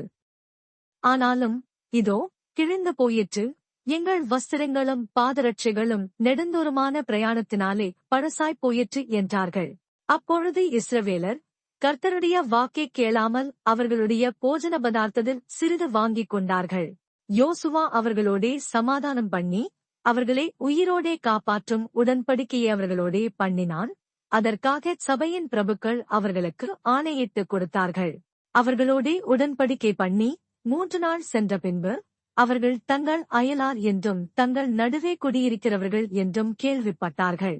இஸ்ரவேல் புத்திரர் பிரயாணம் பண்ணுகையில் 3ஆம் நாளில் அவர்கள் பட்டணங்களுக்கு வந்தார்கள். அந்த பட்டணங்கள் கிபியோன், கெபிரா, பெயரோத், கிரியாத்யயாரிம் என்பவைகள். சபையின் பிரபுக்கள் அவர்களுக்கு இஸ்ரவேலின் தேவனாகிய கர்த்தர் பேரில் ஆணையிட்டிருந்தபடியினால் இஸ்ரவேல் புத்திரர் அவர்களை சங்காரம் பண்ணவில்லை. ஆனாலும் சபையார் எல்லாரும் பிரபுக்கள் மேல் முறுமுறுத்தார்கள். அப்பொழுது சகல பிரபுக்களும் சபையார் யாவரையும் நோக்கி, நாங்கள் இஸ்ரவேலின் தேவனாகிய கர்த்தர் பேரில் அவர்களுக்கு ஆணையிட்டுக் கொடுத்தோம், ஆதலால் அவர்களை நாம் தொடக்கூடாது. கடுங்கோபம் நம்மேல் வராதபடிக்கு நாம் அவர்களுக்கு இட்ட ஆணை நிமித்தம் நாம் அவர்களை உயிரோடே வைத்து அவர்களுக்கு ஒன்று செய்வோம். பிரபுக்களாகிய நாங்கள் அவர்களுக்கு சொன்னபடி அவர்கள் உயிரோடிருந்து சபையார் எல்லாருக்கும் விறகு வெட்டுகிறவர்களாகவும் தண்ணீர் இடிக்கிறவர்களாகவும் இருக்கக் கடவர்கள் என்று பிரபுக்கள் அவர்களோடே சொன்னார்கள். பின்பு யோசுவா அவர்களை அழைப்பித்து, நீங்கள் எங்கள் நடுவே குடியிருக்கும்போது நாங்கள் உங்களுக்கு வெகு தூரமாயிருக்கிறவர்கள் என்று சொல்லி எங்களை வஞ்சித்தது என்ன? இப்போதும் நீங்கள் சபிக்கப்பட்டவர்கள், என் தேவனுடைய ஆலயத்துக்கு விறகு வெட்டுகிறவர்களும் தண்ணீர் இடிக்கிறவர்களுமான பணிவிடைக்காரராயிருப்பீர்கள். இந்த ஊழியம் உங்களை விட்டு நீங்க மாட்டாது என்றான். அவர்கள் யோசுவாவுக்கு பிரதியுத்தரமாக, தேசத்தையெல்லாம் உங்களுக்கு ஒப்புக் கொடுக்கவும் தேசத்தின் குடிகளையெல்லாம் உங்களுக்கு முன்பாக அழிக்கவும் உம்முடைய தேவனாகிய கர்த்தர் தமது தாசனாகிய மோசேக்கு கட்டளையிட்டது உமது அடியாருக்கு நிச்சயமாகவே அறிவிக்கப்பட்டதினால் நாங்கள் எங்கள் ஜீவ நிமித்தம் உங்களுக்கு மிகவும் பயந்து இந்த காரியத்தைச் செய்தோம். இப்போதும் இதோ உமது கையில் இருக்கிறோம், உம்முடைய பார்வைக்கு நன்மையும் நியாயமுமாய்த் தோன்றுகிறபடி எங்களுக்குச் செய்யும் என்றார்கள். அப்படியே யோசுவா அவர்களுக்குச் செய்து இஸ்ரவேல் புத்திரர் அவர்களைக் கொன்று போடாதபடிக்கு அவர்களை இவர்கள் கைக்குத் தப்புவித்தான். இந்நாள் மட்டும் இருக்கிறபடியே அந்நாளில் அவர்களை சபைக்கும் கர்த்தர் தெரிந்து கொள்ளும் இடத்திலிருக்கும் அவருடைய பலிபீடத்துக்கும் விறகு வெட்டுகிறவர்களாகவும் தண்ணீர் இடிக்கிறவர்களாகவும் ஆக்கினான். யோசுவா 10. யோசுவா ஆயியை பிடித்து சங்காரம் பண்ணி எரிகோவுக்கும் அதன் ராஜாவுக்கும் செய்தபடி ஆயிக்கும் அதன் ராஜாவுக்கும் செய்ததே. கிபியோனின் கொடிகள் இஸ்ரவேலரோடே சமாதானம் பண்ணி அவர்களுக்குள் வாசமாயிருக்கிறதையும் எருசலேமின் ராஜாவாகிய அதோனிசேதே கேள்விப்பட்டபோது, கிபியோனின் ராஜதானி பட்டணங்களில் ஒன்றைப் போல பெரிய பட்டணமும் ஆயியைப் பார்க்கிலும் பெரிதுமாயிருந்தபடியினாலும் அதன் மனுஷரெல்லாரும் பலசாலிகளாயிருந்தபடியினாலும் மிகவும் பயந்தார்கள். ஆகையால் எருசலேமின் ராஜாவாகிய அதோனிசேதேக் எபிரோனின் ராஜாவாகிய ஓகாமுக்கும் யர்மூத்தின் ராஜாவாகிய பீராமுக்கும் லாகீசின் ராஜாவாகிய யப்யாவுக்கும் எக்லோனின் ராஜாவாகிய தெபீருக்கும் ஆள் அனுப்பி, நாங்கள் கிபியோனைச் சங்கரிக்கும்படி நீங்கள் என்னிடத்தில் வந்து எனக்கு துணை செய்யுங்கள். அவர்கள் யோசுவாவோடும் இஸ்ரவேல் புத்திரரோடும் இஸ்ரவேல் சமாதானம் பண்ணினார்கள் என்று சொல்லி அனுப்பினான். அப்படியே எருசலேமின் ராஜா, எபிரோனின் ராஜா, யர்மூத்தின் ராஜா, லாகீசின் ராஜா, எக்லோனின் ராஜா என்கிற எமோரியரின் 5 ராஜாக்களும் கூடிக்கொண்டு அவர்களும் அவர்களுடைய எல்லா சேனைகளும் போய் கிபியோனுக்கு முன்பாக பாளையமிறங்கி அதன்மேல் யுத்தம் பண்ணினார்கள். அப்பொழுது கிபியோனின் மனுஷர் கில்காலில் இருக்கிற பாளையத்துக்கு யோசுவாவினிடத்தில் ஆளனுப்பி, உமது அடியாரைக் கைவிடாமல் சீக்கிரமாய் எங்களிடத்தில் வந்து எங்களை ரட்சித்து எங்களுக்கு துணை செய்யும். பர்வதங்களிலே குடியிருக்கிற எமோரியரின் ராஜாக்கள் எல்லாரும் எங்களுக்கு விரோதமாய் கூடினார்கள் என்று சொல்லச் சொன்னார்கள். உடனே யோசுவாவும் அவனோடே கூட சகல யுத்த மனுஷரும் சகல பராக்கிரமசாலிகளும் கில்காலிலிருந்து போனார்கள். கர்த்தர் யோசுவாவை நோக்கி, அவர்களுக்கு பயப்படாயாக, உன் கைகளில் அவர்களை ஒப்புக் கொடுத்தேன், அவர்களில் ஒருவரும் உனக்கு முன்பாக நிற்பதில்லை என்றார். யோசுவா கில்காலிலிருந்து இராமுழுதும் நடந்து திடீரென்று அவர்கள் மேல் வந்துவிட்டான். கர்த்தரோ அவர்களை இஸ்ரவேலுக்கு முன்பாக கலங்க பண்ணினார். ஆகையால் அவர்களை கிபியோனிலே மகா சங்காரமாக மடங்கடித்து பெத்தரோனுக்கு போகிற வழியிலே துரத்தி அசெக்காமட்டும் முறிய அடித்தார்கள். அவர்கள் பெத்தரோனிலிருந்து இறங்குகிற வழியிலே இஸ்ரவேலுக்கு முன்பாக ஓடிப்போகையில் அசெக்கா மட்டும் ஓடுகிற அவர்கள் மேல் கர்த்தர் வானத்திலிருந்து பெரிய கற்களை விழ பண்ணினார். அவர்கள் செத்தார்கள். இஸ்ரவேல் புத்திரர் பட்டயத்தால் கொன்றவர்களைப் பார்க்கிலும் கல்மழையினால் செத்தவர்கள் அதிகமாயிருந்தார்கள். கர்த்தர் எமோரியரை இஸ்ரவேல் புத்திரருக்கு முன்பாக ஒப்புக் கொடுக்கிற அந்நாளிலே யோசுவா கர்த்தரை நோக்கிப் பேசி, பின்பு இஸ்ரவேலின் கண்களுக்கு முன்பாக, சூரியனே, நீ கிபியோன் மேலும், சந்திரனே, நீ ஆயலோன் பள்ளத்தாக்கின் மேலும் தரித்து நில்லுங்கள் என்றான். அப்பொழுது ஜனங்கள் தங்கள் சத்துருக்களுக்கு நீதியை சரிக்கட்டு மட்டும் சூரியன் தரித்தது, சந்திரனும் நின்றது. இது யாசேரின் புஸ்தகத்தில் எழுதியிருக்கவில்லையா? அப்படியே சூரியன் அஸ்தமிக்க தீவிரிக்காமல் ஏறக்குறைய ஒரு பகல் முழுவதும் நடுவானத்தில் நின்றது. இப்படி கர்த்தர் ஒரு மனிதனுடைய சொல் கேட்ட அந்நாளையொத்த நாள் அதற்கு முன்னுமில்லை அதற்குப் பின்னுமில்லை. கர்த்தர் இஸ்ரவேலுக்காக யுத்தம் பண்ணினார். பின்பு யோசுவா இஸ்ரவேல் அனைத்தோடும் கூட கில்காலிலிருக்கிற பாளையத்துக்கு திரும்பினான். அந்த 5 ராஜாக்களும் ஓடிப்போய் மக்கெதாவிலிருக்கிற ஒரு கெபியில் ஒளித்துக் கொண்டார்கள். 5 ராஜாக்களும் மக்கெதாவிலிருக்கிற ஒரு கெபியிலே ஒளித்திருந்து அகப்பட்டார்கள் என்று யோசுவாவுக்கு அறிவிக்கப்பட்டது. அப்பொழுது யோசுவா பெரிய கற்களை கெபியின் வாயிலே புரட்டி, அவ்விடத்தில் அவர்களை காவல் காக்க மனுஷரை வையுங்கள். நீங்களோ நில்லாமல் உங்கள் சத்துருக்களை துரத்தி அவர்களுடைய பின்படைகளை வெட்டி போடுங்கள். அவர்களை தங்கள் பட்டணங்களிலே பிரவேசிக்க ஒட்டாதிருங்கள். உங்கள் தேவனாகிய கர்த்தர் அவர்களை உங்கள் கைகையில் ஒப்புக் கொடுத்தார் என்றான். யோசுவாவும் இஸ்ரவேல் புத்திரரும் அவர்களை மகா பெரிய சங்காரமாய் அவர்கள் அழியுமளவும் சங்கரித்தார்கள். அவர்களில் மீதியானவர்கள் அரணான பட்டணங்களுக்குள் புகுந்தார்கள். ஜனங்கள் எல்லாரும் சுகமாய் மக்கெதாவிலிருக்கிற பாளையத்திலே யோசுவாவினிடத்திற்கு திரும்பி வந்தார்கள். இஸ்ரவேல் புத்திரருக்கு விரோதமாக ஒருவனும் தன் நாவை அசைக்கவில்லை. அப்பொழுது யோசுவா கெபியின் வாயைத் திறந்து, அந்த ஜந்து ராஜாக்களையும் அந்த கெபியிலிருந்து என்னிடத்திற்கு வெளியே கொண்டு வாருங்கள் என்றான். அவர்கள் அப்படியே செய்து எருசலேமின் ராஜாவும் எபிரோனின் ராஜாவும் யர்மூத்தின் ராஜாவும் லாகீசின் ராஜாவுமாகிய அந்த 5 ராஜாக்களையும் அந்த கெபியிலிருந்து அவரிடத்திற்கு வெளியே கொண்டு வந்தார்கள். அவர்களை யோசுவாவினிடத்திற்கு கொண்டு வந்தபோது யோசுவா இஸ்ரவேல் மனுஷரையெல்லாம் அழைப்பித்து தன்னோனே கூட வந்த யுத்த மனுஷரின் அதிபதிகளை நோக்கி, நீங்கள் கிட்ட வந்து உங்கள் கால்களை இந்த ராஜாக்களுடைய கழுத்துகளின் மேல் வையுங்கள் என்றான். அவர்கள் கிட்ட வந்து தங்கள் கால்களை அவர்கள் கழுத்துகளின் மேல் வைத்தார்கள். அப்பொழுது யோசுவா அவர்களை நோக்கி, நீங்கள் பயப்படாமலும் கலங்காமலும் பலத்து திடமனதாயிருங்கள். நீங்கள் யுத்தம் பண்ணும் உங்கள் சத்துருக்களுக்கெல்லாம் கர்த்தர் இப்படியே செய்வார் என்றான். அதற்கு பின்பு யோசுவா அவர்களை வெட்டிக் கொன்று 5 மரங்களிலே தூக்கிப் போட்டான். சாயங்காலம் மட்டும் மரங்களில் தொங்கினார்கள். சூரியன் அஸ்தமிக்கிற வேளையிலே யோசுவா அவர்களை மரங்களிலிருந்து இறக்க கட்டளையிட்டான். அவர்கள் ஒளித்துக் கொண்டிருந்த கெபியிலே அவர்களைப் போட்டு இந்நாள் வரைக்கும் இருக்கிறபடி பெரிய கற்களை கெபியின் வாயிலே அடைத்தார்கள். அந்நாளிலே யோசுவா மக்கெதாவை பிடித்து அதை பட்டயக்கருக்கினால் அழித்து அதன் ராஜாவையும் அதில் உள்ள மனுஷராகிய சகல நரஜீவன்களையும் ஒருவரையும் மீதியாக வைக்காமல் சங்காரம் பண்ணி எரிகோவின் ராஜாவுக்குச் செய்தது போல மக்கெதாவின் ராஜாவுக்கும் செய்தான். மக்கெதாவிலிருந்து யோசுவா இஸ்ரவேலர் அனைவரோடுங்கூட லிப்னாவுக்குப் புறப்பட்டு லிப்னாவின் மேல் யுத்தம் பண்ணினான். கர்த்தர் அதையும் அதன் ராஜாவையும் இஸ்ரவேலின் கையில் ஒப்புக் கொடுத்தார். அதையும் அதிலுள்ள சகல நரஜீவன்களையும் ஒருவரையும் அதிலே மீதியாக வைக்காமல் பட்டயக்கருக்கினால் அழித்து எரிகோவின் ராஜாவுக்குச் செய்தது போல அதன் ராஜாவுக்கும் செய்தான். லிப்னாவிலிருந்து யோசுவா இஸ்ரவேல் அனைத்தோடுங்கூட லாகீசுக்கு புறப்பட்டு அதற்கு எதிரே பாளையமிறங்கி அதன் மேல் யுத்தம் பண்ணினான். கர்த்தர் லாகீசை இஸ்ரவேலின் கையில் ஒப்பக் கொடுத்தார்.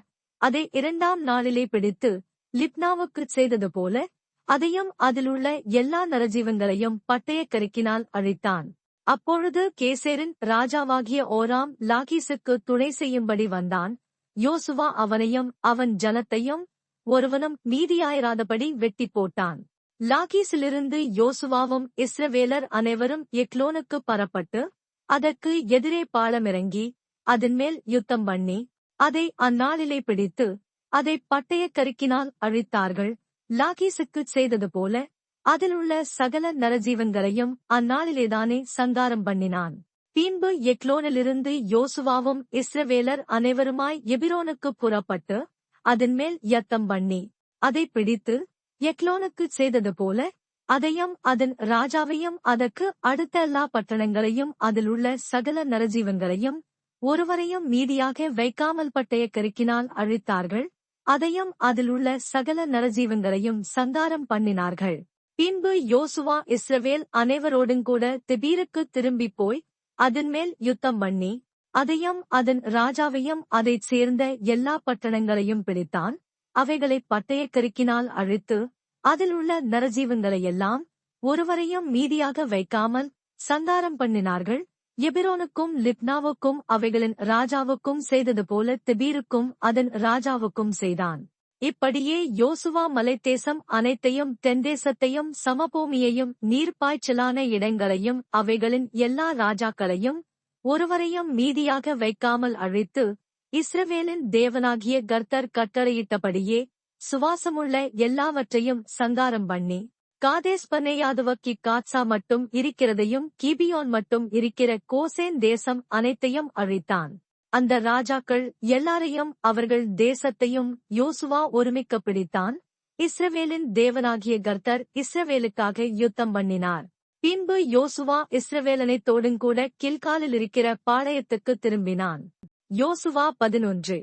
ஆத்சோரின் ராஜாவாகிய யாபீன் அதைக் கேள்விப்பட்டபோது அவன் மாதோனின் ராஜாவாகிய யோபாபிடத்திற்கும் சிம்ரோனின் ராஜாவிடத்திற்கும் அக்சாபின் ராஜாவிடத்திற்கும் வடக்கே இருக்கிற மலைகளிலும் கின்னரோத்துக்கு தெற்கே இருக்கிற நாட்டுப்புறத்திலும் சமபூமியிலும் மேற்கு எல்லையாகிய தோரிலும் இருக்கிற ராஜாக்களிடத்திற்கும் கிழக்கேயும் மேற்கேயும் இருக்கிற கானானியரிடத்திற்கும் மலைகளிலிருக்கிற எமோரியர், ஏத்தியர், பெரிசியர், எபூசியரிடத்திற்கும் எர்மோன் மலையின் அடியிலே மிஸ்பா சீமையிலிருக்கிற ஏவியரிடத்திற்கும் ஆள் அனுப்பினான்.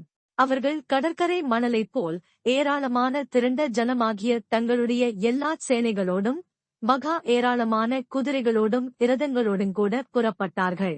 இந்த ராஜாக்களெல்லாரும் கூடி இஸ்ரவேலரோடே யுத்தம் பண்ண வந்து மேரோம் என்கிற ஏரியண்டையிலே ஏகமாய் பாளையமிறங்கினார்கள்.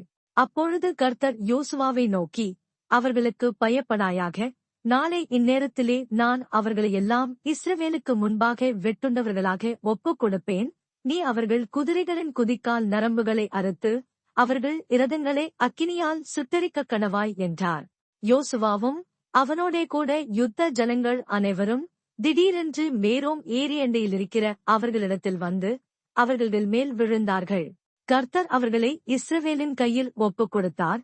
அவர்களை முறிய அடித்து பெரிய சீதோன் மட்டும் மிஸ்ரபோத்மாயிம் மட்டும் கிழக்கே இருக்கிற மிஸ்பே பள்ளத்தாக்கு மட்டும் துரத்தி அவர்களில் ஒருவரும் மீதியாயிராதபடி அவர்களை வெட்டி போட்டார்கள். யோசுவா கர்த்தர் தனக்கு சொன்னபடி அவர்களுக்குச் செய்து அவர்கள் குதிரைகளின் குதிக்கால் நரம்புகளை அறுத்து அவர்கள் இரதங்களை அக்கினியால் சுட்டெரித்தான். அக்காலத்திலே யோசுவா திரும்பி ஆத்சோரை பிடித்து அதன் ராஜாவை பட்டயத்தினால் வெட்டி போட்டான். ஆத்சோர் முன்னே அந்த ராஜ்யங்களுக்கெல்லாம் தலைமையான பட்டணமாயிருந்தது. அதிலிருந்த நரஜீவன்களையெல்லாம் பட்டயக் கருக்கினால் வெட்டி சங்காரம் பண்ணினார்கள். சுவாசமுள்ளது ஒன்றும் மீதியானதில்லை. ஆத்சோரையோ அக்கினியால் சுட்டெரித்தான். அந்த ராஜாக்களுடைய எல்லா பட்டணங்களையும் அவைகளுடைய எல்லா ராஜாக்களையும் யோசுவா பிடித்து பட்டயக் கருக்கினால் வெட்டி கர்த்தருடைய தாசனாகிய மோசே கட்டளையிட்டபடி அவர்களைச் சங்காரம் பண்ணினான். ஆனாலும் தங்கள் அரணிப்போடே இருந்த பட்டணங்களையெல்லாம் இஸ்ரவேலர் சுட்டெரித்துப் போடாமல் வைத்தார்கள். ஆத்சோரை மாத்திரம் யோசுவா சுட்டெரித்துப் போட்டான். அந்த பட்டணங்களில் உள்ள மிருக ஜீவன்களையும் மற்ற கொள்ளைப் பொருள்களையும் இஸ்ரவேல் புத்திரர் தங்களுக்கென்று எடுத்துக் கொண்டார்கள். ஆனாலும் எல்லா மனுஷரையும் அழித்து தீர்மட்டும் அவர்களை பட்டயக் கருக்கினால் வெட்டி போட்டார்கள். சுவாசமுள்ள ஒன்றையும் அவர்கள் மீதியாக வைக்கவில்லை.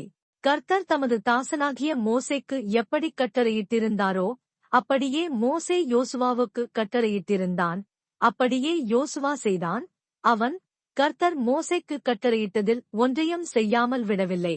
இந்த பிரகாரமாக யோசுவா சேயீருக்கு ஏறிப்போகிற ஆலாக் மலை துவக்கி லீபனோனின் பள்ளத்தாக்கில் எர்மோன் மலையடியில் இருக்கிற பாகால் காத் மட்டுமுள்ள அந்த முழு தேசமாகிய மலைகளையும் தென்தேசம் யாவையும் கோசேன் தேசத்தையும் சமனான பூமியையும் நாட்டுப்புறத்தையும் இஸ்ரவேலின் மலைகளையும் அதன் சமபூமியையும் பிடித்துக்கொண்டு அவைகளின் ராஜாக்களையெல்லாம் பிடித்து அவர்களை வெட்டிக் கொன்று போட்டான். யோசுவா நெடுநாளாய் அந்த ராஜாக்கள் எல்லாரோடும் யுத்தம் பண்ணினான். கிபியோனின் குடிகளாகிய ஏவியரைத் தவிர ஒரு பட்டணமும் இஸ்ரவேல் புத்திரரோடே சமாதானம் பண்ணவில்லை. மற்றெல்லா பட்டணங்களையும் யுத்தம் பண்ணி பிடித்தான். யுத்தம் பண்ண இஸ்ரவேலுக்கு எதிராக வரும்படிக்கு அவர்களுடைய இருதயம் கடினமானது. இப்படியே அவர்கள் பேரில் இரக்கம் உண்டாகாமல் கர்த்தர் மோசேக்கு கட்டளையிட்டபடி அவர்களை அழித்து சங்காரம் பண்ணினதும் கர்த்தரால் வந்த காரியமாயிருந்தது. அக்காலத்திலே யோசுவா போய் மலைத்தேசமாகிய எபிரோனிலும் தெபீரிலும் ஆனாபிலும் யூதாவின் சகல மலைகளிலும் இஸ்ரவேலின் சகல மலைகளிலும் இருந்த ஏனாக்கியரை நிக்கிரகம் பண்ணி அவர்களை அவர்கள் பட்டணங்களோடும் கூடச் சங்கரித்தான். இஸ்ரவேல் புத்திரரின் தேசத்தில் ஏனாக்கியர் ஒருவரும் மீதியாக வைக்கப்படவில்லை.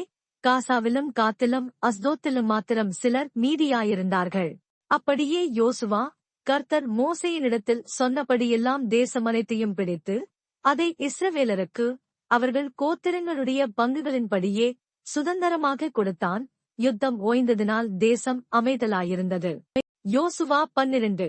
யோர்தானுக்கு அப்புறத்தில் சூரியன் உதயமாகிற திசையிலே அர்னோன் ஆறுதுவக்கி எர்மோன் மலை மட்டும் கிழக்கே சமபூமி எல்லையெல்லாமுள்ள ராஜாக்களை இஸ்ரவேல் புத்திரர் முறியடித்து அவர்களுடைய தேசங்களையும் சுதந்தரித்துக் கொண்டார்கள. அந்த ராஜாக்களில் எஸ்போனில் குடியிருந்த எமோரியரின் ராஜாவாகிய சீகோன் அர்னோன் ஆற்றங்கரையிலிருக்கிற ஆரோவேர் தொடங்கி ஆற்றின் நடுமையமும் பாதிக் கீலேயாத்து முற்பட அம்மோன் புத்திரரின் எல்லையான யாப்போக்கு ஆறு மட்டுமுள்ள தேசத்தையும் சமனான வெடுதுவக்கி கிழக்கே இருக்கிற கின்னரோத் கடல் மட்டும் பெத்யசிமோத் வழியாய் கிழக்கே இருக்கிற சமனான வெளியின் கடலாகிய உப்புக்கடல் மட்டும் இருக்கிற தேசத்தையும் தெற்கே அஸ்தோத் பிஸ்காவுக்கு தாழ்வாயிருக்கிற தேசத்தையும் ஆண்டான்.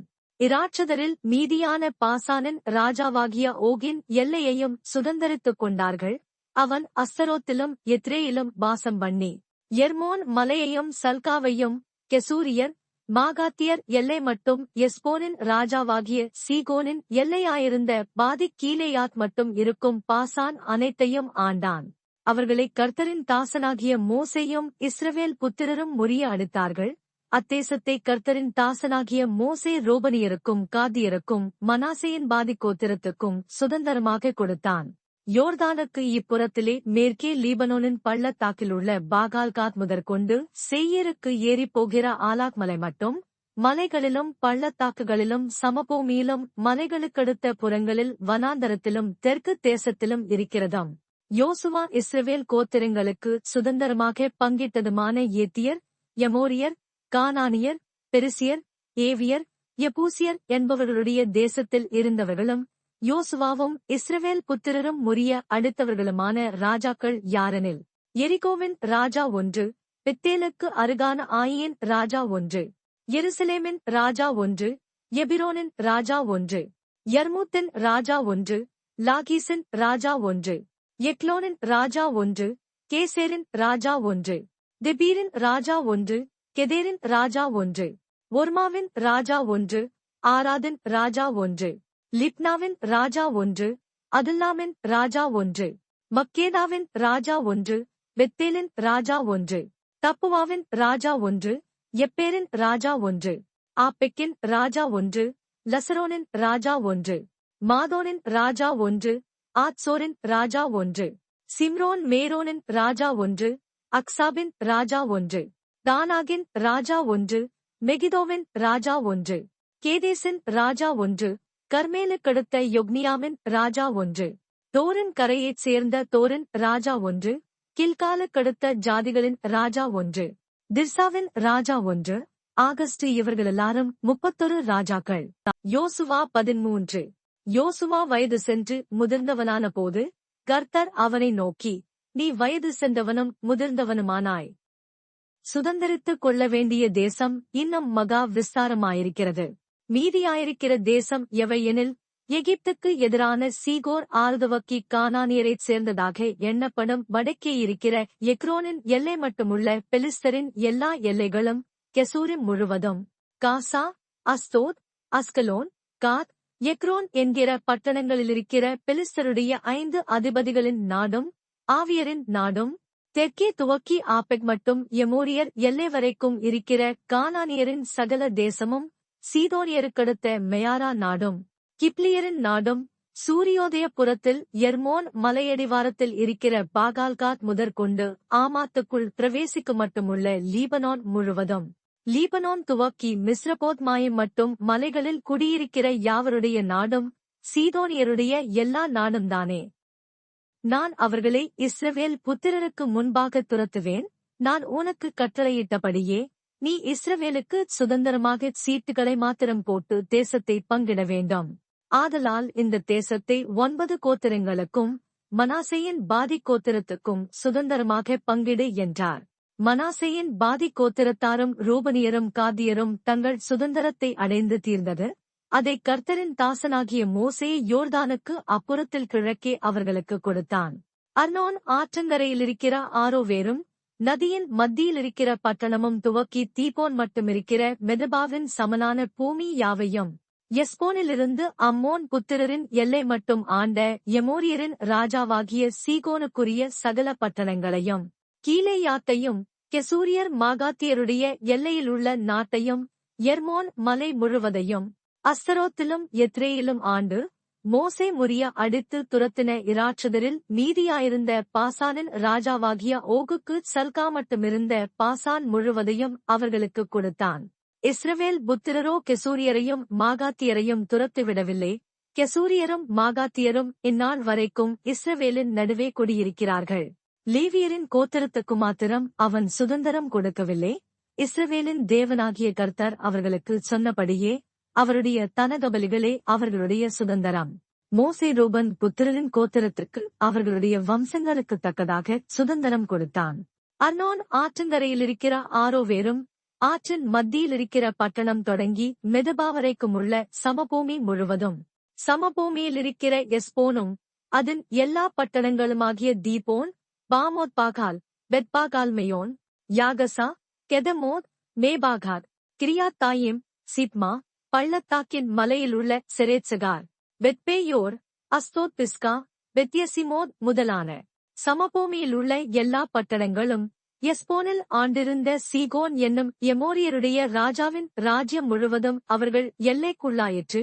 அந்தச் சீகோனையும் தேசத்திலே குடியிருந்து சீகோனின் அதிபதியாயிருந்த ஏவி, ரெக்கேம், சூர், ஊர், ரேபா என்னும் மீதியானின் பிரபுக்களையும் மோசே வெட்டி போட்டான். இஸ்ரவேல் புத்திரர் வெட்டின மற்றவர்களோடும் கூட பேயோரின் குமாரனாகிய பாலாம் என்னும் குறிசொல்லுகிறவனையும் பட்டயத்தினால் வெட்டி போட்டார்கள். அப்படியே யோர்தானும் அதற்கடுத்ததும் ரூபன் புத்திரரின் எல்லையாயிற்று. இந்த பட்டணங்களும் இவைகளின் கிராமங்களும் ரூபன் புத்திரருக்கு அவர்கள் வம்சங்களின்படி வந்த சுதந்திரம்.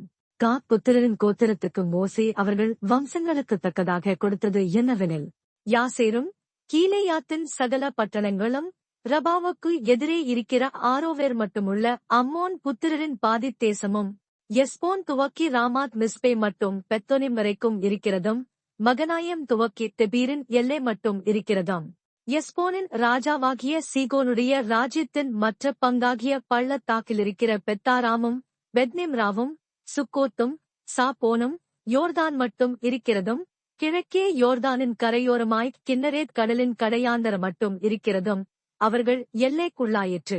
இந்த பட்டணங்களும் இவைகளின் கிராமங்களும் காத் புத்திரருக்கு அவர்களுடைய வம்சங்களின்படி வந்த சுதந்திரம். மனாசே புத்திரரின் பாதி கோத்திரத்துக்கும் மோசே அவர்கள் வம்சத்துக்கு தக்கதாக கொடுத்தான். மகனாயம் துவக்கி பாசானின் ராஜாவாகிய ஓகின் முழு ராஜ்யமாயிருக்கிற பாசான் முழுவதும், பாசானில் உள்ள யாவீரின் சகல ஊர்களுமான 60 பட்டணங்கள் அவாகள் எல்லைக்குள்ளாயிற்று. பாதி கீலேயாத்தையும், பாசானிலே அஸ்தரோத், எத்ரேயி என்னும் ஓகு ராஜ்யத்தின் பட்டணங்களையும், மனாசேயின் குமாரனாகிய மாகீரின் புத்திரர் பாதி பேருக்கு அவர்களுடைய வம்சங்களின்படியே கொடுத்தான். மோசே கிழக்கே எரிகோவின் அருகே யோர்தானுக்கு அக்கரையிலிருக்கிற மோவாபின் சமனான வெளிகளில் சுதந்திரமாக கொடுத்தவைகள் இவைகளே. லேவி கோத்திரத்திற்கு மோசே சுதந்திரம் கொடுக்கவில்லை. இஸ்ரவேலின் தேவனாகிய கர்த்தர் அவர்களுக்கு சொல்லியிருக்கிறபடி அவரே அவர்களுடைய சுதந்திரம். யோசுவா 14. கானான் தேசத்திலே இஸ்ரவேல் புத்திரர் சுதந்திரித்துக் கொண்ட தேசங்களை ஆசாரியனாகிய எலெயாசாரும் நூனின் குமாரனாகிய யோசுவாவும் இஸ்ரவேல் புத்திரருடைய கோத்திர பிதாக்களின் தலைவரும் கர்த்தர் மோசேயைக் கொண்டு கட்டளையிட்டபடி சீட்டு போட்டு 9 கோத்திரங்களுக்கும் சுதந்திரமாக பங்கிட்டார்கள். மற்ற 2 கோத்திரங்களுக்கும் மோசே யோர்தானுக்கு அப்புறத்திலே சுதந்திரம் கொடுத்திருந்தான். லேவியருக்கு மாத்திரம் அவர்கள் நடுவே சுதந்திரம் கொடுக்கவில்லை. மனாசே எப்ராயிம் என்னும் யோசேப்பின் புத்திரர் 2 கோத்திரங்களானார்கள். ஆதலால் அவர்கள் லேவியருக்கு தேசத்திலே பங்கு கொடாமல் குடியிருக்கும்படி பட்டணங்களையும் அவர்களுடைய ஆடுமாடுகள் முதலான சொத்துக்காக வெளிநிலங்களையும் மாத்திரம் அவர்களுக்கு கொடுத்தார்கள். கர்த்தர் மோசேக்கு கட்டளையிட்டபடி இஸ்ரவேல் புத்திரர் செய்து தேசத்தை பங்கிட்டார்கள். அப்பொழுது யூதாவின் புத்திரர் கில்காலிலே யோசுவாவினிடத்தில் வந்தார்கள். கேனாசியனாகிய எப்புன்னேயின் குமாரனாகிய காலேப் அவனை நோக்கி, காதேஸ்பர்னேயாவிலே கர்த்தர் என்னைக் குறித்தும் உம்மைக் குறித்தும் தேவனுடைய மனுஷனாகிய மோசேயோடே சொன்ன வார்த்தையை நீர் அறிவீர். தேசத்தை வேவு பார்க்க கர்த்தரின் தாசனாகிய மோசே என்னை காதேஸ்பர்னேயாவிலிருந்து அனுப்புகிறபோது எனக்கு 40 வயதாயிருந்தது. என் இருதயத்தில் உள்ளபடியே அவருக்கு மறுசெய்தி கொண்டு வந்தேன். ஆனாலும் என்னோடே கூட வந்த என் சகோதரர் ஜனத்தின் இருதயத்தை கரைய பண்ணினார்கள். நானோ என் தேவனாகிய கர்த்தரை உத்தமமாய் பின்பற்றினேன். அந்நாளிலே மோசே, நீ என் தேவனாகிய கர்த்தரை உத்தமமாய் பின்பற்றினபடியினால் உன் கால் மிதித்த தேசம் உனக்கும் உன் பிள்ளைகளுக்கும் என்றைக்கும் சுதந்திரமாயிருக்க கடவுது என்று சொல்லி ஆணையிட்டார். இப்போதும் இதோ கர்த்தர் சொன்னபடியே என்னை உயிரோடே காத்தார். இஸ்ரவேலர் வனாந்தரத்தில் சஞ்சரிக்கையில் கர்த்தர் அந்த வார்த்தையை மோசேயோடே சொல்லி இப்போது 45 வருஷமாயிற்று. இதோ இன்று நான் 85 வயதுள்ளவன். மோசே என்னை அனுப்புகிற நாளில் எனக்கு இருந்த அந்த பெலன் இந்நாள் வரைக்கும் எனக்கு இருக்கிறது. யுத்தத்திற்கு போக்கும் வரத்துமாயிருக்கிறதற்கு அப்போது எனக்கு இருந்த பெலன் இப்போதும் எனக்கு இருக்கிறது. ஆகையால் கர்த்தர் அந்நாளிலே சொன்ன இந்த மலை நாட்டை எனக்குத் தாரும். அங்கே ஏனாக்கியரும் அரணிப்பான பெரிய பட்டணங்களும் உண்டென்று நீர் அந்நாளிலே கேள்விப்பட்டீரே. கர்த்தர் என்னோடிருப்பாரானால் கர்த்தர் சொன்னபடி அவர்களை துரத்தி விடுவேன் என்றான். அப்பொழுது யோசுவா எப்புன்னேயின் குமாரனாகிய காலேபை ஆசீர்வதித்து எபிரோனை அவனுக்கு சுதந்திரமாக கொடுத்தான்.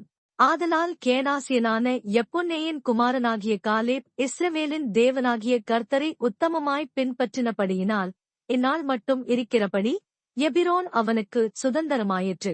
முன்னே எபிரோனுக்கு கீரியாத் என்று பேரிருந்தது. அர்பா என்பவன் ஏனாக்கியருக்குள்ளே பெரிய மனுஷனாயிருந்தான். யுத்தம் ஓய்ந்ததினால் தேசம் அமைதலாயிருந்தது. யோசுவா 15. யூதா புத்திரரின் கோத்திரத்திற்கு அவர்களுடைய வம்சங்களின்படி உண்டான பங்கு வீதமாவது, ஏதோமின் எல்லைக்கு அருகான சீன்வனாந்தரமே தென்புறத்தின் கடையெல்லை. தென்புறமான அவர்களுடைய எல்லை உப்புக்கடலின் கடைசியில் தெற்கு முகமாயிருக்கிற முனைதுவக்கி. தென்புறத்திலிருக்கிற அக்ராபீமின் மேடுகளுக்கும் அங்கேயிருந்து சீனுக்கும் போய் தெற்கேயிருக்கிற காதேஸ்பர்னேயாவுக்கு ஏறி எஸ்ரோனைக் கடந்து ஆதாருக்கு ஏறி கர்காவைச் சுற்றிப்போய் அஸ்மோனுக்கும் அங்கேயிருந்து எகிப்தின் ஆற்றுக்கும் சென்று கடல் மட்டும் போய் முடியும். இதுவே உங்களுக்கு தென்புறமான எல்லையாயிருக்கும் என்றான். கீழ்ப்புறமான எல்லை யோர்தான் முகத்துவார மட்டும் இருக்கிற உப்புக்கடல். வடபுறமான எல்லை யோர்தான் முகத்துவாரமிருக்கிற கடலின் முனை துவக்கி பெதக்லாவுக்கு ஏறி வடக்கே இருக்கிற பெதரபாவைக் கடந்து ரூபனின் குமாரனாகிய போகனின் கல்லுக்கு ஏறிப்போய் அப்புறம் ஆகோர் பள்ளத்தாக்கை விட்டு தெபீருக்கு ஏறி வடக்கே ஆற்றின் தென்புறமான அதுமீமின் மேட்டுக்கு முன்பாக இருக்கிற கில்காலுக்கு நேராகவும் அங்கேயிருந்து என்சேமேசின் தண்ணீரிடத்திற்கும் போய் ரொகேல் என்னும் கிணற்றுக்குச் சென்று அப்புறம் எப்பூசியர் குடியிருக்கிற எருசலேமுக்கு தென்புறமாய் இன்னோமுடைய குமாரனின் பள்ளத்தாக்கை கடந்து வடக்கே இருக்கிற இராட்சதருடைய பள்ளத்தாக்கின் கடைசியில் மேற்காக இன்னோம் பள்ளத்தாக்கின் முன்னிருக்கிற மலையின் சிகரம் மட்டும் ஏறிப்போய் அந்த மலையின் சிகரத்திலிருந்து நெப்தோவாவின் நீரூற்றுக்குப் போய் எப்பிரோன் மலையின் பட்டணங்களுக்குச் சென்று கீரியாத்யயாரிமாகிய பாலாவுக்குப் போய் பாலாவிலிருந்து மேற்கே சேயேர் மலைக்குத் திரும்பி வடக்கே இருக்கிற கெசலோனாகிய எயாரிம் மலைக்கு பக்கமாக போய் பெட்சிமேசுக்கு இறங்கி திம்னாவுக்குப் போய் அப்புறம் வடக்கே இருக்கிற எக்ரோனுக்கு பக்கமாய் சென்று சிக்ரோனுக்கு ஓடி பாலாமலையை கடந்து யாப்னியேலுக்குச் சென்று கடலிலே முடியும். மேற்புறமான எல்லை பெரிய சமுத்திரமே. இது யூதா புத்திரருக்கு அவர்களுடைய வம்சங்களின்படி சுற்றிலுமிருக்கும் எல்லை. யெப்புன்னேயின் குமாரனாகிய காலேபுக்கு யோசுவா, கர்த்தர் தனக்கு கட்டளையிட்டபடி ஏனாக்கின் தகப்பனாகிய அர்பாவின் பட்டணமான எபிரோனே யூதா புத்திரரின் நடுவே பங்காக கொடுத்தான். அங்கேயிருந்த சேசாய், அகீமான், தல்மாய் என்னும் ஏனாக்கின் 3 குமாரரையும் காலேப் துரத்திவிட்டு அங்கேயிருந்து தெபீரின் குடிகளிடத்திற்குப் போனான். முற்காலத்திலே தெபீரின் பேர் கீரியாத்செப்பேர். கீரியாத்செப்பேரைச் சங்காரம் பண்ணி பிடிக்கிறவனுக்கு என் குமாரத்தியாகிய அக்சாரை விவாகம் பண்ணிக் கொடுப்பேன் என்று காலேப் சொன்னான். அப்பொழுது காலேபின் சகோதரனாகிய கேனாசின் மகன் ஒத்னியேல் அதை பிடித்தான். ஆகையால் தன் குமாரத்தி அக்சாரை அவனுக்கு விவாகம் பண்ணிக் கொடுத்தான். அவள் புறப்படுகையில் என் தகப்பனிடத்தில் ஒரு வயல்வெளியை கேட்க வேண்டும் என்று அவனிடத்தில் உத்தரவு பெற்றுக்கொண்டு கழுதையின் மேலிருந்து இறங்கினாள். காலேப் பார்த்து, உனக்கு என்ன வேண்டும் என்றான். அப்பொழுது அவள், எனக்கு ஒரு ஆசீர்வாதம் தர வேண்டும். எனக்கு வறட்சியான நிலத்தை தந்தீர், நீர்ப்பாய்ச்சலான நிலத்தையும் எனக்கு தர வேண்டும் என்றாள். அப்பொழுது அவளுக்கு மேற்புறத்திலும் கீழ்ப்புறத்திலும் நீர்ப்பாய்ச்சலான நிலங்களை கொடுத்தான். யூதா புத்திரருக்கு அவர்களுடைய வம்சங்களின்படி உண்டான சுதந்திரம் என்னவென்றால், கடையாந்தரத் தென்புறமான ஏதோமின் எல்லைக்கு நேராய் யூதா புத்திரரின் கோத்திரத்திற்கு கிடைத்த பட்டணங்களாவன: கப்செயேல், எதேர், யாகூர், கீனா, திமோனா, அதாதா, கேதேஸ், ஆத்சோர், இத்னான், சீப், தேலம், பெயாலோத், ஆத்சோர், அதாத்தா, கீரியோத், எஸ்ரோன் என்னும் ஆத்சோர், ஆமாம், சேமா, மொலாதா, ஆத்சார்சுவால், எஸ்மோன், பெத்பாலேத், ஆத்சார்சுவால், பெயர்செபா, பிஸ்யோத்யா, பாலா, இயம், ஆத்சேம், எல்தோலாத், கெசீல், ஒர்மா, சிக்லாக், மத்மன்னா, சன்சன்னா, லெபாயோத், சில்லீம், ஆயின், ரிம்மோன் என்பவைகள் எல்லா பட்டணங்களும் அவைகளுடைய கிராமங்களும் உட்பட 29. பள்ளத்தாக்கு நாட்டில் எஸ்தாவோல், சோரியா, அஷ்னா, சனோகா, என்கன்னீம், தப்புவா, ஏனாம், யர்மூத், அதுல்லாம், சோக்கோ, அசேக்கா, சாராயிம், அதித்தாயிம், கெதேரா, கேதருத்தாயிம் இந்த பட்டணங்களும் அவைகளுடைய கிராமங்களும் உட்பட 14. சேனான், அதாஷா, மிக்தால்காத், திலியான், மிஸ்பே, யோக்தெயேல், லாகீஸ், போஸ்காத், எக்லோன், காபோன், லகமாம், கித்லீஷ், கெதரோத், பெத்தாகோன், நாகமா, மக்கேதா இந்த பட்டணங்களும் அவைகளுடைய கிராமங்களும் உட்பட 16.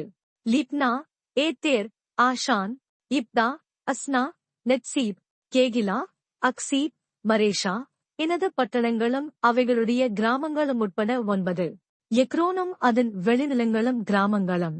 எக்ரோன் துவக்கி சமுத்திரம் மட்டும் அஸ்தோத்தின் புறத்திலிருக்கிற சகல ஊர்களும் அவைகளின் கிராமங்களும்.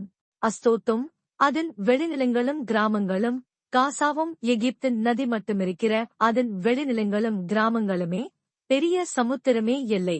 மலைகளில் சாமேர், யாத்தீர், சோக்கோ, தன்னா, தெபீர் என்னப்பட்ட கிரியாத்சன்னா, ஆனாப், எஸ்தமோ, ஆனீம், கோசேன், ஓலோன், கிலோ இந்த பட்டணங்களும் அவைகளுடைய கிராமங்களும் உட்பட 11.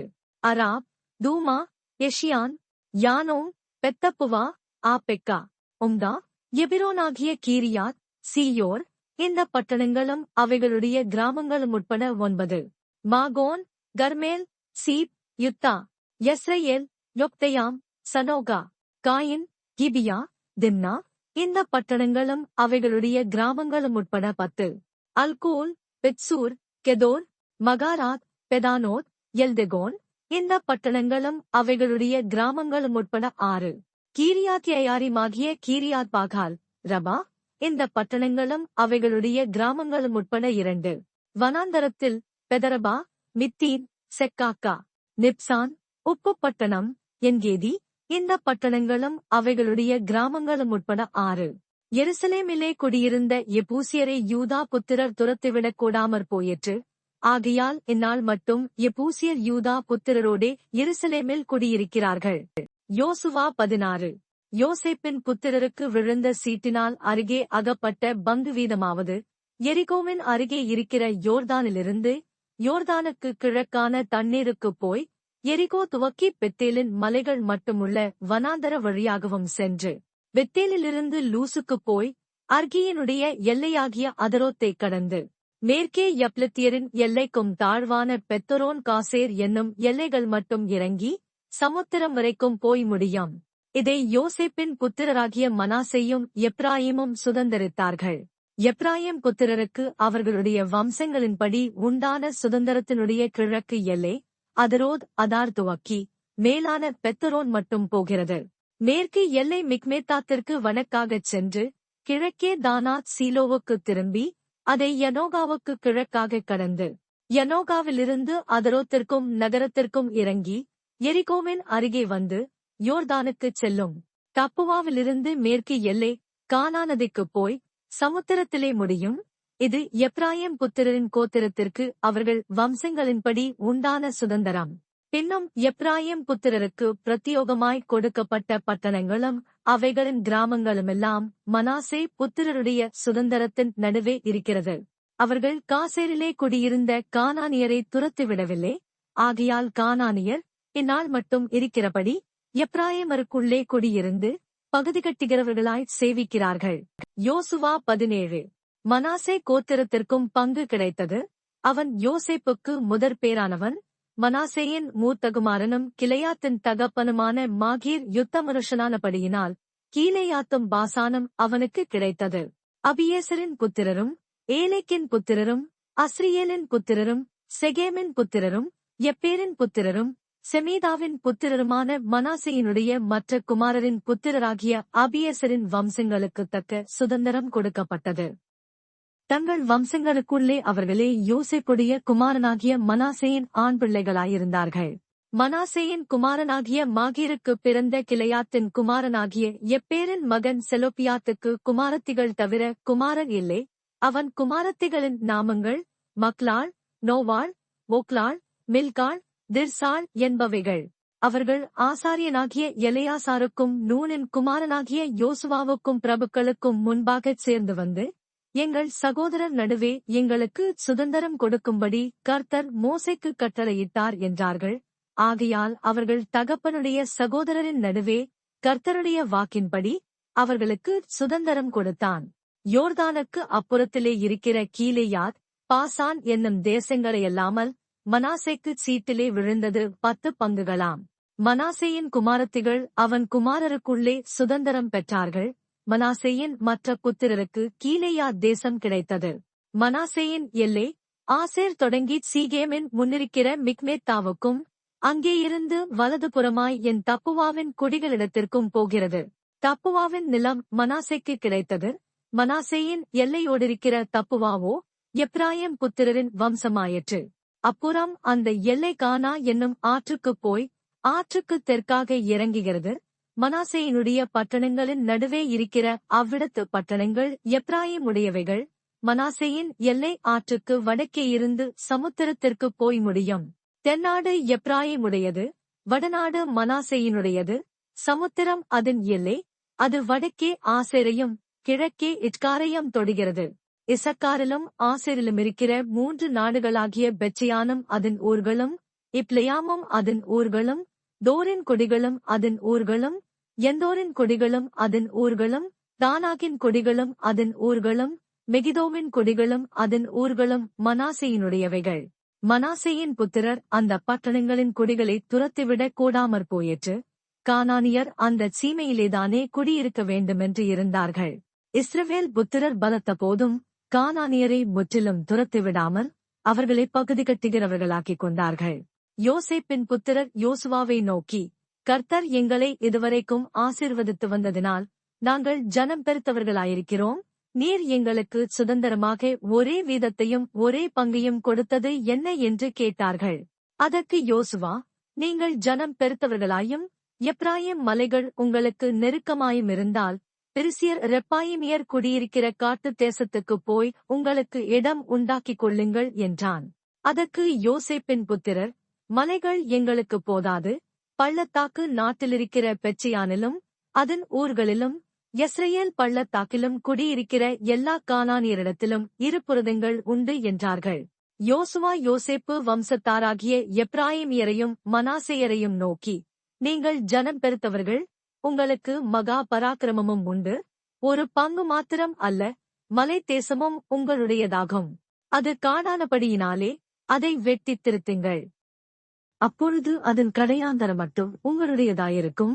கானானியருக்கு இருபுரதங்கள் இருந்தாலும் அவர்கள் பலத்தவர்களாயிருந்தாலும் நீங்கள் அவர்களை துரத்திவிடுவீர்கள் என்றான். யோசுவா 18.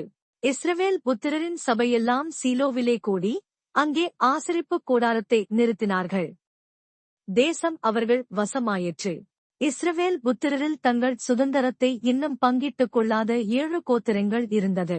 ஆகையால் யோசுவா இஸ்ரவேல் புத்திரரை நோக்கி, உங்கள் பிதாக்களின் தேவனாகிய கர்த்தர் உங்களுக்கு கொடுத்த தேசத்தை சுதந்தரித்துக் கொள்ளப் போகிறதற்கு நீங்கள் எந்த மட்டும் அசதியாயிருப்பீர்கள். கோத்திரத்திற்கு 3 மனுஷரை தெரிந்து கொள்ளுங்கள். அவர்கள் எழுந்து புறப்பட்டு தேசத்திலே சுற்றித் திரிந்து அதைத் தங்கள் சுதந்தரத்திற்குத் தக்கதாக விவரமாய் எழுதி என்னிடத்தில் கொண்டு வரும்படி அவர்களை அனுப்புவேன். அதை 7 பங்காக பகிரக் கடவர்கள். யூதா வம்சத்தார் தெற்கே இருக்கிற தங்கள் எல்லையிலும் யோசேப்பு வம்சத்தார் வடக்கே இருக்கிற தங்கள் எல்லையிலும் நிலைத்திருக்கட்டும். நீங்கள் தேசத்தை 7 பங்காக விவரித்து எழுதி இங்கே என்னிடத்தில் கொண்டு வாருங்கள். அப்பொழுது இவ்விடத்திலே நம்முடைய தேவனாகிய கர்த்தருடைய சந்நிதியில் உங்களுக்காகச் சீட்டு போடுவேன். லேவியருக்கு உங்கள் நடுவே பங்கில்லை. கர்த்தருடைய ஆசாரிய பட்டமே அவர்கள் சுதந்தரம். காத்தும் ரூபனும் மனாசேயின் பாதி கோத்திரமும் யோர்தானுக்கு அப்புறத்திலே கிழக்கே கர்த்தரின் தாசனாகிய மோசே தங்களுக்கு கொடுத்த தங்கள் சுதந்தரத்தை அடைந்து தீர்ந்தது என்றான். அப்பொழுது அந்த மனுஷர் எழுந்து புறப்பட்டு போனார்கள். தேசத்தை குறித்து விவரம் எழுதப் போகிறவர்களை யோசுவா நோக்கி, நீங்கள் போய் தேசத்திலே சுற்றித் திரிந்து அதன் விவரத்தை எழுதி என்னிடத்தில் திரும்பி வாருங்கள். அப்பொழுது இங்கே சீலோவாவிலே கர்த்தருடைய சந்நிதியிலே உங்களுக்காகச் சீட்டு போடுவேன் என்று சொன்னான். அந்த மனுஷர் போய் தேசம் எங்கும் அந்தந்த பட்டணங்களின்படியே 7 பங்காக ஒரு புஸ்தகத்தில் எழுதிக்கொண்டு சீலோவாவில் இருக்கிற பாளத்திலே யோசுவாவினிடத்தில் வந்தார்கள். அப்பொழுது யோசுவா அவர்களுக்காகச் சீலோவிலே கர்த்தருடைய சந்நிதியில் சீட்டு போட்டு அங்கே இஸ்ரவேல் புத்திரருக்கு தேசத்தை அவர்கள் பங்கு வீதப்படி பங்கிட்டார்கள். பென்யமீன் புத்திரருக்கு அவர்களுடைய வம்சங்களின்படியே அவர்களுடைய கோத்திரத்துக்கு சீட்டு விழுந்தது. அவர்கள் பங்கு வீதத்தின் எல்லையானது யூதா புத்திரருக்கும் யோசேப்பு புத்திரருக்கும் நடுவே இருந்தது. அவர்களுடைய வட எல்லை யோர்தானிலிருந்து வந்து எரிகோவுக்கு வடபக்கமாய்ச் சென்று அப்புறம் மேற்கே மலையில் ஏறி பெத்தாவேன் வனாந்தரத்தில் போய் முடியும். அங்கேருந்து அந்த எல்லை பெத்தேலாகிய லூசுக்கு வந்து லூசுக்கு தென்பக்கமாய்ப் போய் அதரோத்தாருக்கு தாழ்வான பெத்தொரோனுக்கு தெற்கே இருக்கிற மலையருகே இறங்கும். அங்கே இருந்து எல்லை மேற்கு மூலைக்கு பெத்தொரோனுக்கு எதிரே தெற்காக இருக்கிற மலைக்கு தென்புறமாய் போய் திரும்பி கிரியாத் பாகால் எண்ணப்பட்ட யூதா புத்திரரின் பட்டணமாகிய கிரியாத்யயாரிம் அருகே போய் முடியும். இது மேற்கு எல்லை. தென் எல்லை கீரியாத்யயாரிமின் முடிவிலிருக்கிறது. அங்கேயிருந்து எல்லை மேற்கே போய் நெப்தோவாவின் நீரூற்றிற்குச் சென்று அங்கே இருந்து இராட்சதரின் பள்ளத்தாக்கில் வடக்கே இருக்கிற இன்னோமுடைய குமாரரின் பள்ளத்தாக்குக்கு எதிரான மலையடிவாரத்திற்கு இறங்கி அப்புறம் தெற்கே எபூசியருக்கு பக்கமான இன்னோமின் பள்ளத்தாக்குக்கும் அங்கேயிருந்து என்ருகேலுக்கும் இறங்கி வந்து வடக்கே போய் என்சேமேசுக்கும் அங்கேயிருந்து அதுமேம் மேட்டுக்கு எதிரான கெலிலோத்திற்கும் அங்கேயிருந்து ரூபன் குமாரனாகிய போகனின் கல்லினிடத்திற்கும் இறங்கி வந்து அரபாவுக்கு எதிரான வடபக்கமாய்ப் போய் அரபாவுக்கு இறங்கும். அப்புறம் அந்த எல்லை பெதோக்லாவுக்கு வடபக்கமாய்ப் போய் யோர்தானின் முகத்துவாரத்திற்கு தெற்கான உப்புக்கடலின் வடமுனையிலே முடிந்து போம். இது தென் எல்லை. கிழக்கு புறத்தின் எல்லை யோர்தானே. இது பென்யமீன் புத்திரருக்கு அவர்களுடைய வம்சங்களின்படி சுற்றிலும் இருக்கிற எல்லைகளுக்குள்ளான சுதந்தரம்.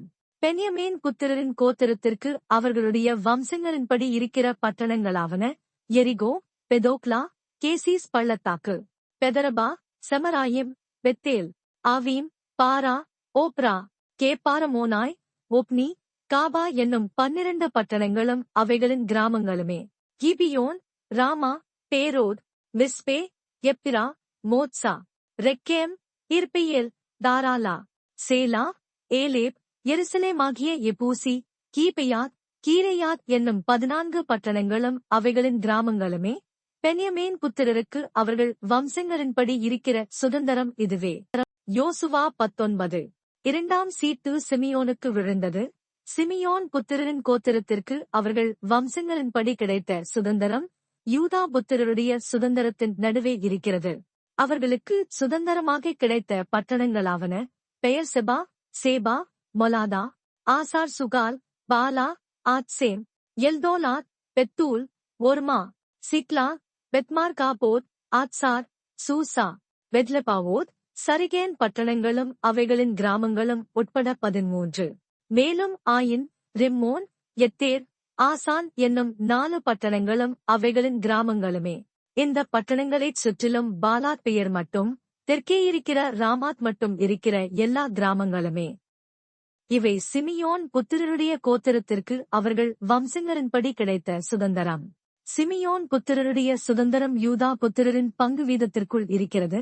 யூதா புத்திரரின் பங்கு அவர்களுக்கு மிச்சமாயிருந்தபடியால் சிமியோன் புத்திரர் அவர்கள் சுதந்திரத்தின் நடுவிலே சுதந்திரம் பெற்றார்கள். 3ஆம் சீட்டு செபுலோன் புத்திரருக்கு விழுந்தது. அவர்களுக்கு அவர்கள் வம்சங்களின்படி கிடைத்த சுதந்திர பங்கு வீதம் சாரீத் மட்டுமுள்ளது. அவர்களுடைய எல்லை மேற்கே மாராலாவுக்கு ஏறி தாபசேத்துக்கு வந்து யுக்கினேயாமுக்கு எதிரான ஆற்றுக்குப் போம்.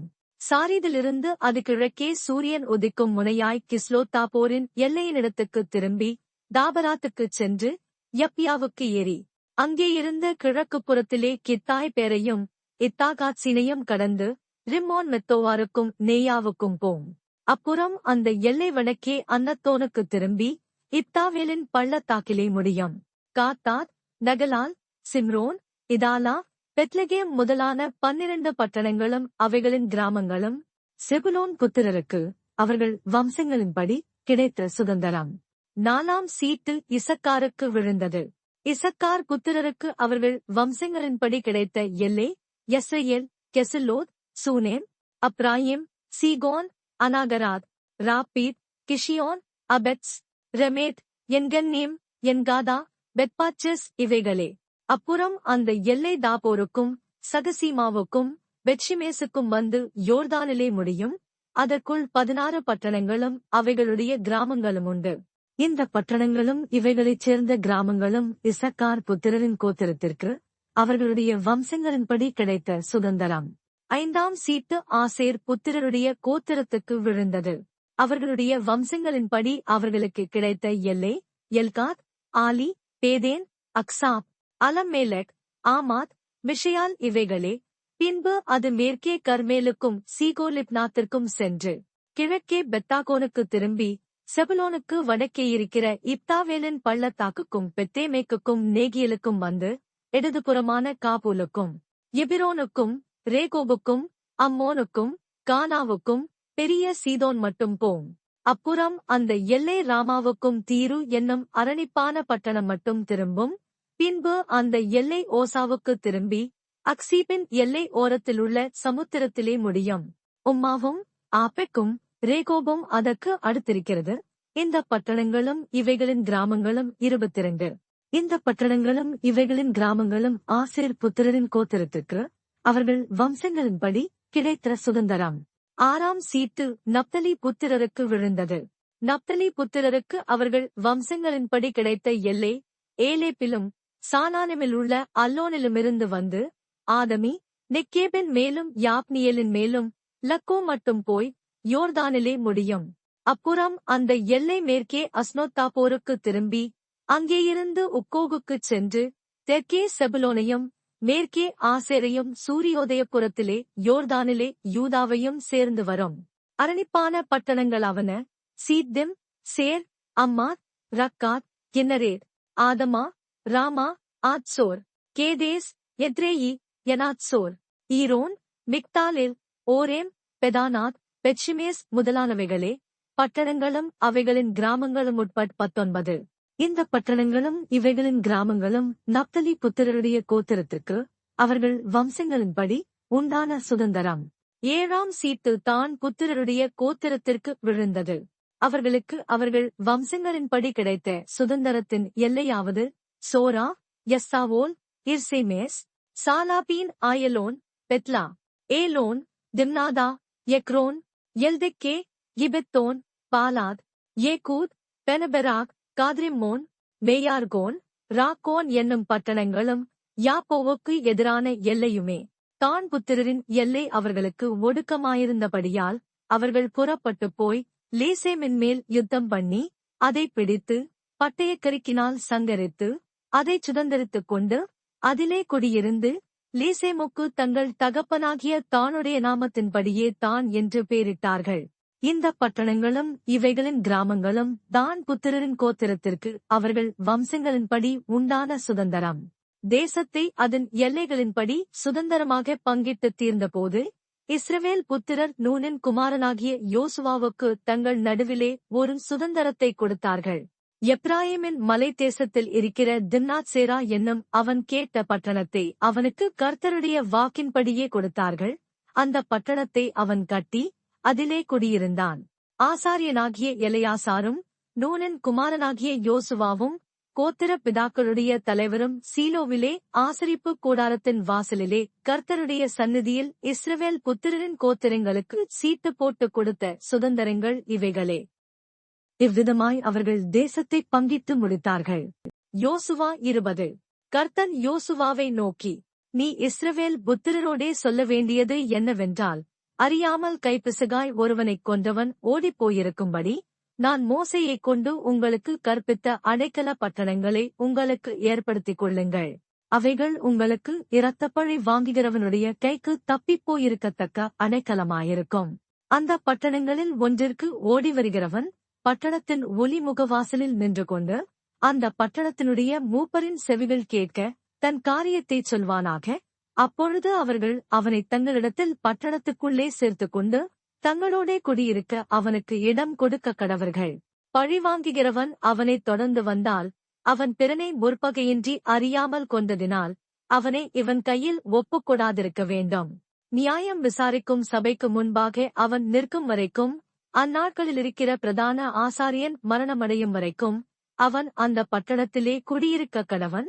பின்பு கொலை செய்தவன் தான் விட்டோடிப்போன தன் பட்டணத்திற்கும் தன் வீட்டிற்கும் திரும்பிப் போக வேண்டும் என்று சொல் என்றார்.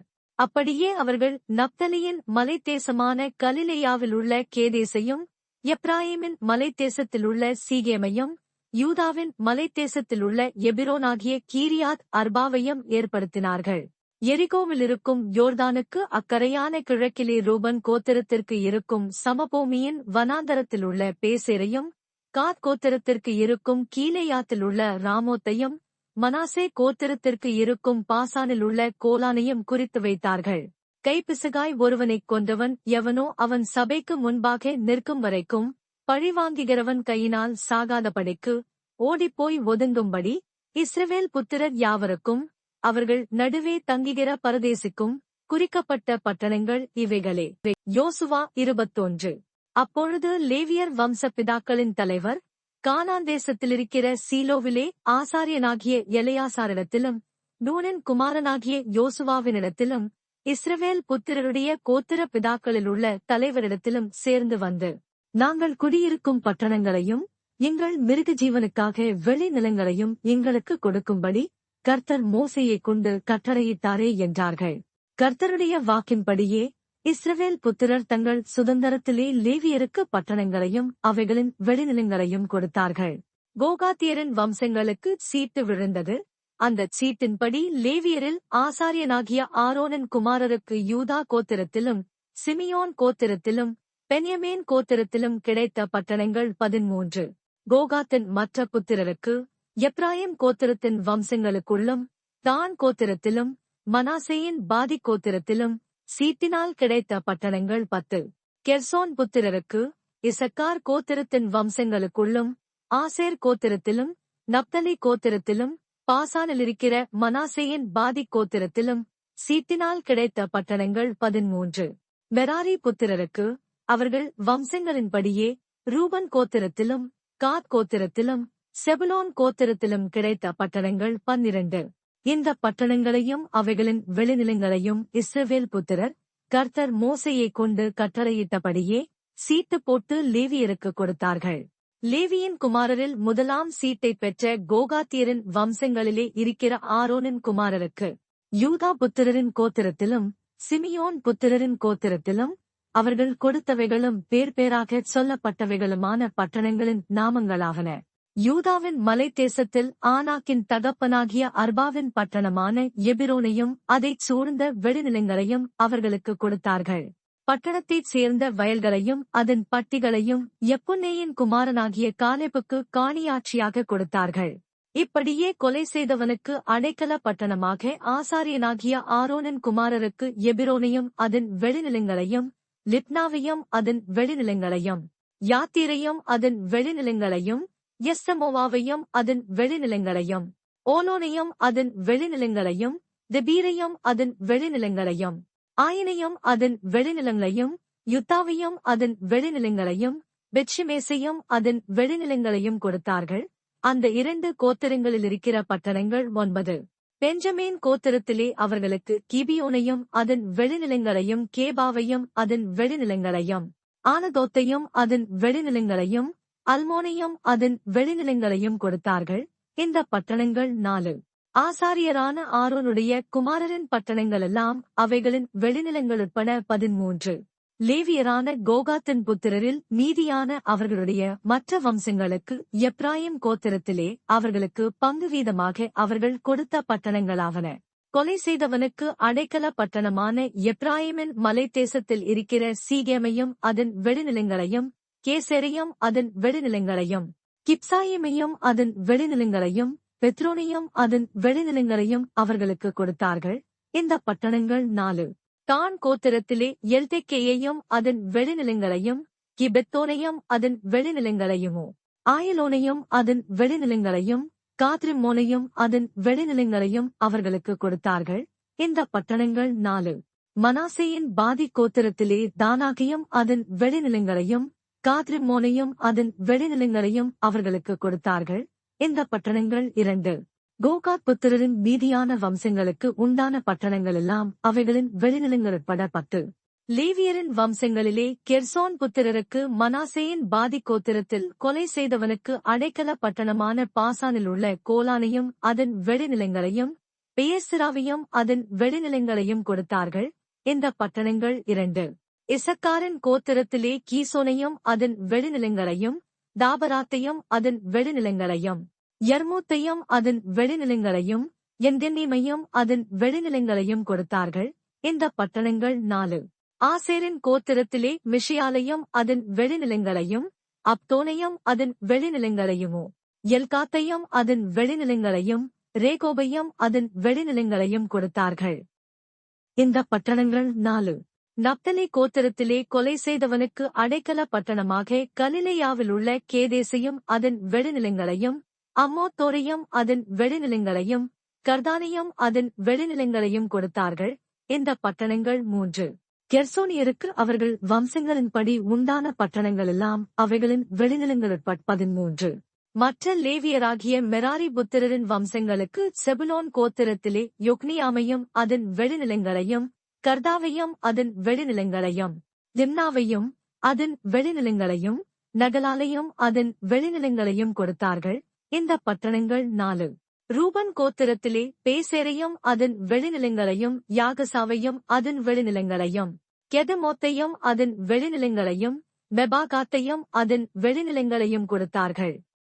இந்த பட்டணங்கள் 4.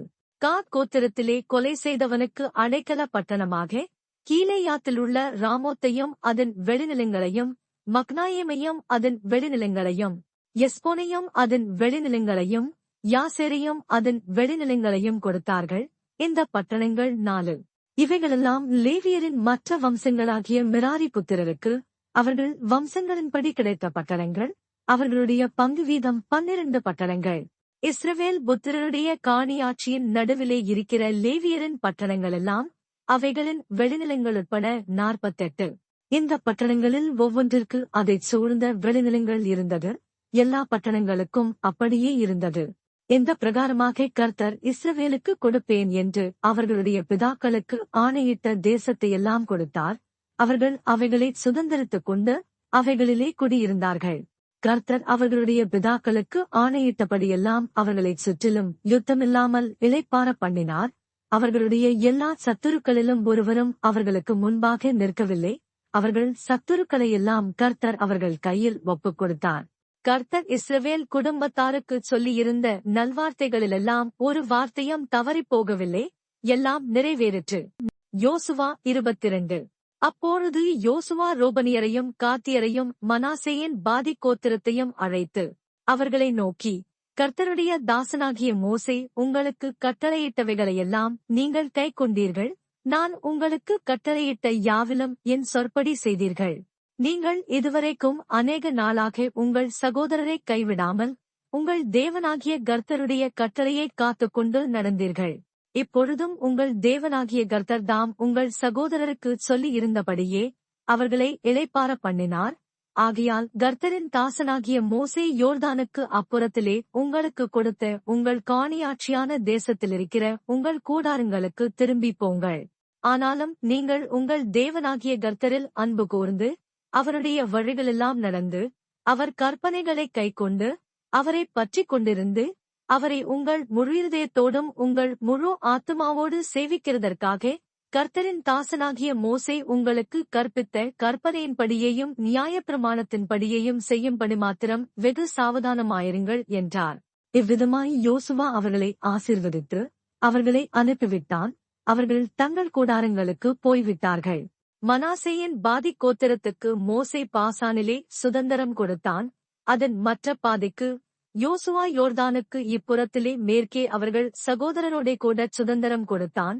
யோசுவா அவர்களை அவர்கள் கூடாரங்களுக்கு அனுப்பிவிடுகிறபோது அவர்களை ஆசீர்வதித்து, நீங்கள் மிகுந்த ஜசுவரியத்தோடும் மகா ஏராளமான ஆடு மாடுகளோடும் பொன் வெள்ளி வெண்கலம் இரும்போடும் அநேக வஸ்திரங்களோடும் உங்கள் கூடாரங்களுக்கு திரும்பி உங்கள் சத்துருக்களிடத்திலே கொள்ளையிட்டதை உங்கள் சகோதரரோடே பங்கிட்டுக் கொள்ளுங்கள் என்றான். அப்பொழுது ரூபன் புத்திரரும் காத் புத்திரரும் மனாசேயின் பாதி கோத்திரத்தாரும் கர்த்தர் மோசேயைக் கொண்டு கட்டளையிட்டபடியே தாங்கள் கைவசம் பண்ணிக்கொண்ட தங்கள் காணியாட்சி தேசமான கீலேயா தேசத்துக்கு போகும்படிக்கு கானான் தேசத்திலுள்ள சீலோவிலிருந்த இஸ்ரவேல் புத்திரரை விட்டு திரும்பிப் போனார்கள். கானான் தேசத்தில் இருக்கிற யோர்தானின் எல்லைகளுக்கு வந்தபோது ரூபன் புத்திரரும் காத் புத்திரரும் மனாசேயின் பாதி கோத்திரத்தாரும் அங்கே யோர்தானின் ஓரத்திலே பார்வைக்கு பெரிதான ஒரு பீடத்தை கட்டினார்கள். ரூபன் புத்திரரும் காத் புத்திரரும் மனாசேயின் பாதி கோத்திரத்தாரும் கானான் தேசத்துக்கு எதிரே இஸ்ரவேல் புத்திரருக்கு அடுத்த யோர்தானின் எல்லைகளில் ஒரு பீடத்தை கட்டினார்கள் என்று இஸ்ரவேல் புத்திரர் கேள்விப்பட்டார்கள். அவர்கள் அதை கேள்விப்பட்டபோது இஸ்ரவேல் புத்திரரின் சபையாரெல்லாரும் அவர்களுக்கு விரோதமாய் யுத்தம் பண்ணும்படி சீலோவிலே கூடி கீலேயா தேசத்தில் இருக்கிற ரூபன் புத்திரரிடத்துக்கும் காத் புத்திரரிடத்துக்கும் மனாசேயின் பாதி கோத்திரத்தாரிடத்துக்கும் ஆசாரியனாகிய எலெயாசாருடைய குமாரனாகிய பினெகாசையும் அவனோடே கூட இஸ்ரவேலுடைய எல்லா கோத்திரங்களிலும் ஒவ்வொரு பிதாவின் குடும்பத்துக்கு ஒவ்வொரு பிரபுவாக 10 பிரபுக்களையும் அனுப்பினார்கள். இஸ்ரவேலின் சேனைகளிலே ஆயிரவர்களுக்குள்ளே ஒவ்வொருவனும் தான் தன் பிதாவின் குடும்பத்துக்கு தலைவனாயிருந்தான். அவர்கள் கீலேயா தேசத்திலே ரூபன் புத்திரர் காத் புத்திரர் மனாசேயின் பாதி கோத்திரத்தாராகிய இவர்களிடத்திற்கு வந்து, நீங்கள் இந்நாளிலே கர்த்தரை பின்பற்றாதபடிக்கு புரண்டு இந்நாளிலே கர்த்தருக்கு விரோதமாய் கலகம் பண்ணும்படியாக உங்களுக்கு ஒரு பீடத்தை கட்டி இஸ்ரவேலின் தேவனுக்கு விரோதமாக பண்ணின இந்த துரோகம் என்ன? பேயரின் அக்கிரமம் நமக்கு போதாதா? கர்த்தருடைய சபையிலே வாதை உண்டாயிருந்ததே, இந்நாள் வரைக்கும் நாம் அதனின்று நீங்கிச் சுத்தமாகவில்லையே. நீங்கள் இந்நாளிலே கர்த்தரை பின்பற்றாதபடிக்கு புரளுவீர்களோ? இன்று கர்த்தருக்கு விரோதமாய் கலகம் பண்ணுவீர்களோ? அவர் நாளைக்கு இஸ்ரவேல் சபையனைத்தின் மேலும் கடுங்கோபங்கொள்வாரே. உங்கள் காணியாட்சியான தேசம் தீட்டாயிருந்ததானால் கர்த்தருடைய வாசஸ்தலம் தங்குகிற கர்த்தருடைய காணியாட்சியான அக்கரையிலுள்ள தேசத்திற்கு வந்து எங்கள் நடுவே காணியாட்சி பெற்றுக் கொள்ளலாமே. நீங்கள் நம்முடைய தேவனாகிய கர்த்தரின் பலிபீடத்தையல்லாமல் உங்களுக்கு வேறொரு பீடத்தை கட்டுகிறதுனாலே கர்த்தருக்கும் எங்களுக்கும் விரோதமான இரண்டகம் பண்ணாதிருங்கள். சேராவின் குமாரனாகிய ஆகான் சாபத்தீடான பொருளைக் குறித்து துரோகம் பண்ணினதினாலே இஸ்ரவேல் சபையின் மேலெல்லாம் கடுங்கோபம் வரவில்லையா? அவன் ஒருவன் மாத்திரம் தன் அக்கிரமத்தினாலே மடிந்து போகவில்லை என்று கர்த்தருடைய சபையார் எல்லாரும் சொல்லச் சொன்னார்கள் என்றார்கள். அப்பொழுது ரூபன் புத்திரரும் காத் புத்திரரும் மனாசேயின் பாதி கோத்திரத்தாரும் இஸ்ரவேலின் 1000 தலைவருக்கு பிரதியுத்தரமாக, தேவாதி தேவனாகிய கர்த்தர், தேவாதி தேவனாகிய கர்த்தரே அதை அறிந்திருக்கிறார். இஸ்ரவேலரும் அறிந்து கொள்வார்கள். அது இரண்டகத்தினாலாவது கர்த்தருடைய கட்டளைக்கு விரோதமான துரோகத்தினாலாவது செய்யப்பட்டதானால், இந்நாளில் அவர் எங்களை காப்பாற்றாமல் இருக்கக் கடவர். ஒரு காரியத்தை குறித்து நாங்கள் எங்களுக்கு அந்த பீடத்தை கட்டினதே அல்லாமல் கர்த்தரை பின்பற்றாதபடிக்கு விலகுவதற்காவது, அதன் மேல் சர்வாங்க தகனபலியாகிலும் போஜன பலியாகிலும் சமாதான பலிகளையாகிலும் செலுத்துகிறதற்காவது அதைச் செய்ததுண்டானால் கர்த்தர் அதை விசாரிப்பாராக. நாளைக்கு உங்கள் பிள்ளைகள் எங்கள் பிள்ளைகளை நோக்கி, இஸ்ரவேலின் தேவனாகிய கர்த்தருக்கும் உங்களுக்கும் என்ன? ரூபன் புத்திரர் காத் புத்திரர் ஆகிய உங்களுக்கும் எங்களுக்கும் நடுவே கர்த்தர் யோர்தானை எல்லையாக வைத்தார். கர்த்தரிடத்தில் உங்களுக்கு பங்கில்லை என்று சொல்லி எங்கள் பிள்ளைகளை கர்த்தருக்கு பயப்படாதிருக்கச் செய்வார்கள் என்கிற ஐயத்தினாலே நாங்கள் சொல்லிக் கொண்டது என்னவென்றால், சர்வாங்க தகனத்திற்கும் அல்ல, பலிக்கும் அல்ல, எங்கள் சர்வாங்க தகனங்களாலும் பலிகளாலும் சமாதான பலிகளாலும் நாங்கள் கர்த்தரின் சந்நிதியில் அவருடைய ஆராதனையை செய்யத்தக்கவர்கள் என்று எங்களுக்கும் உங்களுக்கும் நமக்கு பின்வரும் நம்முடைய சந்ததியாருக்கும் நடுவே சாட்சி உண்டாயிருக்கும்படிக்கும் கர்த்தரிடத்தில் உங்களுக்கு பங்கில்லை என்று உங்கள் பிள்ளைகள் நாளைக்கு எங்கள் பிள்ளைகளோடே சொல்லாதபடிக்குமே ஒரு பீடத்தை நமக்காக உண்டு பண்ணுவோம் என்றோம். நாளைக்கு எங்களோடாவது எங்கள் சந்ததியாரோடாவது அப்படிச் சொல்வார்களானால், அப்பொழுது சர்வாங்க தகனத்திற்கும் அல்ல, பலிக்கும் அல்ல, எங்களுக்கும் உங்களுக்கும் நடுவே சாட்சிக்காக எங்கள் பிதாக்கள் உண்டு பண்ணின கர்த்தருடைய பலிபீடத்தின் சாயலான பீடத்தை பாருங்கள் என்று சொல்லலாம் என்றோம். நம்முடைய தேவனாகிய கர்த்தரின் வாசஸ்தலத்திற்கு முன்பாக இருக்கிற அவருடைய பலிபீடத்தை தவிர நாங்கள் சர்வாங்க தகனத்திற்கும் போஜன பலிக்கும் மற்ற பலிக்கும் வேறொரு பீடத்தை கட்டுகிறதுனாலே கர்த்தருக்கு விரோதமாய் கலகம் பண்ணுவதும் இன்று கர்த்தரை பின்பற்றாதபடிக்கு விலகுவதும் எங்களுக்கு தூரமாயிருப்பதாக என்றார்கள். ரூபன் புத்திரரும் காத் புத்திரரும் மனாசே புத்திரரும் சொல்லுகிற வார்த்தைகளை ஆசாரியனாகிய பினகாசும் அவனோடே இருந்த சபையின் பிரபுக்களும் இஸ்ரவேலுடைய 1000 தலைவரும் கேட்டபோது அது அவர்கள் பார்வைக்கு நன்றாயிருந்தது. அப்பொழுது ஆசாரியனான எலெயாசாரின் குமாரனாகிய பினகாஸ் ரூபன் புத்திரரையும் மனாசே புத்திரரையும் நோக்கி, நீங்கள் கர்த்தருக்கு விரோதமாய் அப்படி கொத்த துரோகத்தைச் செய்யாதிருக்கிறதுனாலே கர்த்தர் நம்முடைய நடுவே இருக்கிறார் என்பதை இன்று அறிந்திருக்கிறோம். இப்பொழுது இஸ்ரவேல் புத்திரரை கர்த்தரின் கைக்கு தப்புவித்தீர்கள் என்றான்.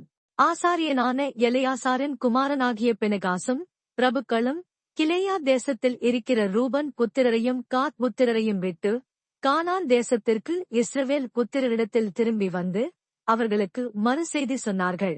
அந்தச் செய்தி இஸ்ரவேல் புத்திரரின் பார்வைக்கு நன்றாயிருந்தது. ஆகையால் ரூபன் புத்திரரும் காத் புத்திரரும் குடியிருக்கிற தேசத்தை அழித்துவிட அவர்கள் மேல் யுத்தத்திற்கு புறப்படுவோம் என்கிற பேச்சை விட்டு இஸ்ரவேல் புத்திரர் தேவனை ஸ்தோத்திரித்தார்கள். கர்த்தரே தேவன் என்பதற்கு அந்த பீடம் நமக்குள்ளே சாட்சியாயிருக்கும் என்று சொல்லி ரூபன் புத்திரரும் காத் புத்திரரும் அதற்கு ஏத் என்று பெயரிட்டார்கள். யோசுவா 23. கர்த்தர் இஸ்ரவேலைச் சுற்றிலும் இருந்த அவர்களுடைய எல்லா சத்துருக்களாலும் யுத்தமில்லாதபடிக்கு இளைப்பாற பண்ணி அநேக நாள் சென்ற பின்பு யோசுவா வயது சென்று முதிர்ந்தவனான போது யோசுவா இஸ்ரவேலின் மூப்பரையும் தலைவரையும் நியாயாதிபதிகளையும் அதிபதிகளையும் மற்ற எல்லாரையும் அழைப்பித்து அவர்களை நோக்கி, நான் வயது சென்று முதிர்ந்தவனானேன். உங்கள் தேவனாகிய கர்த்தர் உங்களுக்கு முன்பாக இந்த சகல ஜாதிகளுக்கும் செய்த யாவையும் நீங்கள் கண்டீர்கள். உங்கள் தேவனாகிய கர்த்தர்தாமே உங்களுக்காக யுத்தம் பண்ணினார். பாருங்கள், யோர்தான் முதல் நான் நிர்மூலமாக்கினவைகளும் மேற்கிலுள்ள பெரிய சமுத்திரம் மட்டும் இன்னும் மீதியாயிருக்கிறவைகளுமான சகல ஜாதிகளின் தேசத்தையும் சீட்டு போட்டு உங்களுக்கு உங்கள் கோத்திரங்களுக்கு தக்கதாய் சுதந்திரமாக பங்கிட்டேன். உங்கள் தேவனாகிய கர்த்தர் உங்களுக்கு சொன்னபடியே நீங்கள் அவர்களுடைய தேசத்தை கட்டிக்கொள்ளும்படிக்கு உங்கள் தேவனாகிய கர்த்தர்தாமே அவர்களை உங்களுக்கு முன்பாக துரத்தி உங்கள் பார்வையினின்று அகற்றி போடுவார். ஆகையால் மோசேயின் நியாயப்பிரமாண புஸ்தகத்தில் எழுதியிருக்கிறதை விட்டு வலதுபுறமாகிலும் இடதுபுறமாகிலும் விலகிப் போகாமல் அதையெல்லாம் கைக்கொள்ளவும் செய்யவும் நிர்ணயம் பண்ணிக் கொள்ளுங்கள். உங்களுக்குள்ளே மீதியாயிருக்கிற இந்த ஜாதிகளோடு கலவாமலும் அவர்களுடைய தேவர்களின் பேரை நிறையாமலும் அவைகளைக் கொண்டு ஆணையிடாமலும் அவைகளைச் சேவியாமலும் பணிந்து கொள்ளாமலும் இருக்கும்படி எச்சரிக்கையாயிருங்கள். இந்நாள் மட்டும் நீங்கள் செய்தது போல உங்கள் தேவனாகிய கர்த்தரை பற்றிக் கொண்டிருங்கள். கர்த்தர் உங்களுக்கு முன்பாக பெரியவைகளும் பலத்தவைகளுமான ஜாதிகளை துரத்தியிருக்கிறார். இந்நாள் மட்டும் ஒருவரும் உங்களுக்கு முன்பாக நிற்கவில்லை. உங்களில் ஒருவன் 1000 பேரை துரத்துவான். உங்கள் தேவனாகிய கர்த்தர் உங்களுக்கு சொன்னபடி அவர்தாமே உங்களுக்காக யுத்தம் பண்ணுகிறார். ஆகையால் உங்கள் தேவனாகிய கர்த்தரில் அன்பு கூறும்படி உங்கள் ஆத்துமாக்களை குறித்து மிகவும் எச்சரிக்கையாயிருங்கள். நீங்கள் பின்வாங்கிப் போய் உங்களுக்குள்ளே மீதியாயிருக்கிற இந்த ஜாதிகளைச் சேர்ந்து அவர்களோடே சம்பந்தம் கலந்து நீங்கள் அவர்களிடத்திலும் அவர்கள் உங்களிடத்திலும் உறவாடினால் உங்கள் தேவனாகிய கர்த்தர் இனி இந்த ஜாதிகளை உங்களுக்கு முன்பாக துரத்துவிட மாட்டார் என்றும், உங்கள் தேவனாகிய கர்த்தர் உங்களுக்கு கொடுத்த இந்த நல்ல தேசத்திலிருந்து அழிந்து போகுமட்டும் அவர்கள் உங்களுக்கு கண்ணியாகவும் வலையாகவும் உங்கள் விலாக்களுக்கு சவுக்காகவும் உங்கள் கண்களுக்கு முள்ளுகளாகவும் இருப்பார்கள் என்று நிச்சயமாய் அறியுங்கள். இதோ, இன்று நான் பூலோகத்தார் எல்லாரும் போகிற வழியே போகிறேன். உங்கள் தேவனாகிய கர்த்தர் உங்களுக்காகச் சொன்ன நல்வார்த்தைகளிலெல்லாம் ஒரு வார்த்தையும் தவறிப் போகவில்லை என்பதை உங்கள் முழு இருதயத்தாலும் உங்கள் முழு ஆத்துமாவாலும் அறிந்திருக்கிறீர்கள். அவைகளெல்லாம் உங்களுக்கு நிறைவேறிற்று. அவைகளில் ஒரு வார்த்தையும் தவறிப் போகவில்லை. இப்பொழுதும் உங்கள் தேவனாகிய கர்த்தர் உங்களோடே சொன்ன நல்ல காரியமெல்லாம் உங்களிடத்திலே எப்படி நிறைவேறிற்றோ அப்படியே உங்கள் தேவனாகிய கர்த்தர் உங்களுக்கு கட்டளையிட்ட அவருடைய உடன்படிக்கையை நீங்கள் மீறி அந்நிய தேவர்களைச் சேவித்து அவைகளை பணிந்து கொள்ளுங்காலத்தில் உங்கள் தேவனாகிய கர்த்தர் உங்களுக்கு கொடுத்த இந்த நல்ல தேசத்திலிருந்து உங்களை நிர்மூலமாக மட்டும் கர்த்தர் உங்கள் மேல் சகல தீமையான காரியங்களையும் வர பண்ணுவார். கர்த்தருடைய கோபம் உங்கள் மேல் பற்றி எரியும்.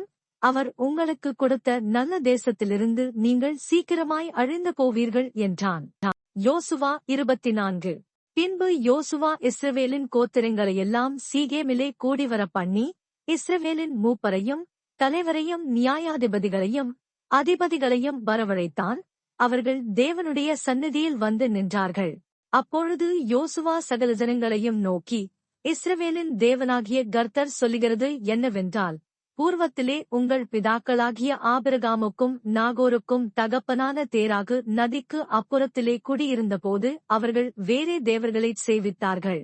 நான் நதிக்கு அப்புறத்தில் இருந்த உங்கள் தகப்பனாகிய ஆபிரகாமை அழைத்துக் கொண்டு வந்து அவனை கானான் தேசமெங்கும் சஞ்சரிக்கச் செய்து அவன் சந்ததியே திரட்சியாக்கி அவனுக்கு ஈசாக்கை கொடுத்தேன். ஈசாக்குக்கு யாக்கோபையும் ஏசாயாவையும் கட்டளையிட்டு ஏசாவுக்கு சேயீர் மலை தேசத்தை சுதந்திரிக்கும்படி கொடுத்தேன். யாக்கோபும் அவன் பிள்ளைகளுமோ எகிப்திற்குப் போனார்கள். நான் மோசேயையும் ஆரோனையும் அனுப்பி எகிப்தியரை வாதித்தேன். அப்படி அவர்கள் நடுவிலே நான் செய்த பின்பு உங்களைப் புறப்பட பண்ணினேன்.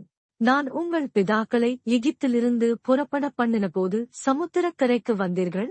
எகிப்தியர் இரத்தங்களோடும் குதிரை வீரரோடும் உங்கள் பிதாக்களை சிவந்த சமுத்திரம் மட்டும் பின்தொடர்ந்தார்கள். அவர்கள் கர்த்தரை நோக்கி கூப்பிட்டார்கள். அப்பொழுது அவர் உங்களுக்கும் எகிப்தியருக்கும் நடுவே அந்தகாரத்தை வர பண்ணி சமுத்திரத்தை அவர்கள் மேல் புரளச் செய்து அவர்களை மூடி போட்டார். நான் எகிப்திலே செய்ததை உங்கள் கண்கள் கண்டது. பின்பு வனாந்தரத்தில் அநேக நாள் சஞ்சரித்தீர்கள். அதற்கு பின்பு உங்களை யோர்தானுக்கு அப்புறத்திலே குடியிருந்த எமோரியரின் தேசத்திற்கு கொண்டு வந்தேன். அவர்கள் உங்களோடு யுத்தம் பண்ணுகிற போது அவர்களை உங்கள் கையில் ஒப்புக் கொடுத்தேன்.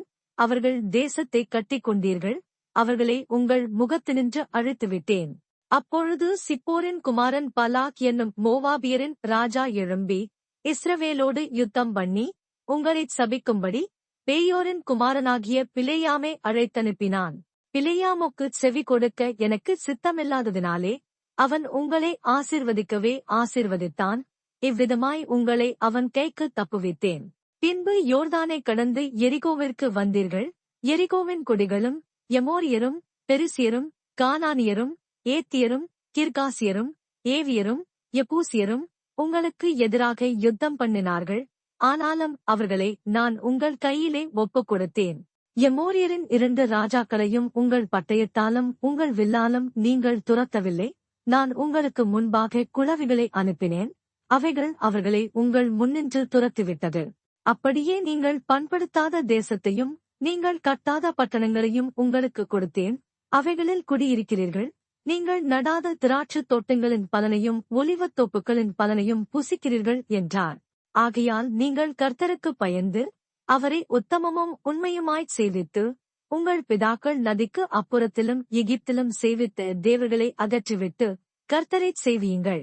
கர்த்தரைச் சேவிக்கிறது உங்கள் பார்வைக்கு ஆகாததாய்க் கண்டால், பின்னே யாரைச் சேவிப்பீர்கள் என்று இன்று தெரிந்து கொள்ளுங்கள். நதிக்கு அப்புறத்தில் உங்கள் பிதாக்கள் சேவித்த தேவர்களைச் சேவிப்பீர்களோ? நீங்கள் வாசம் பண்ணுகிற தேசத்து குடிகளாகிய எமோரியரின் தேவர்களைச் சேவிப்பீர்களோ? நானும் என் வீட்டாருமோவென்றால் கர்த்தரையே சேவிப்போம் என்றான்.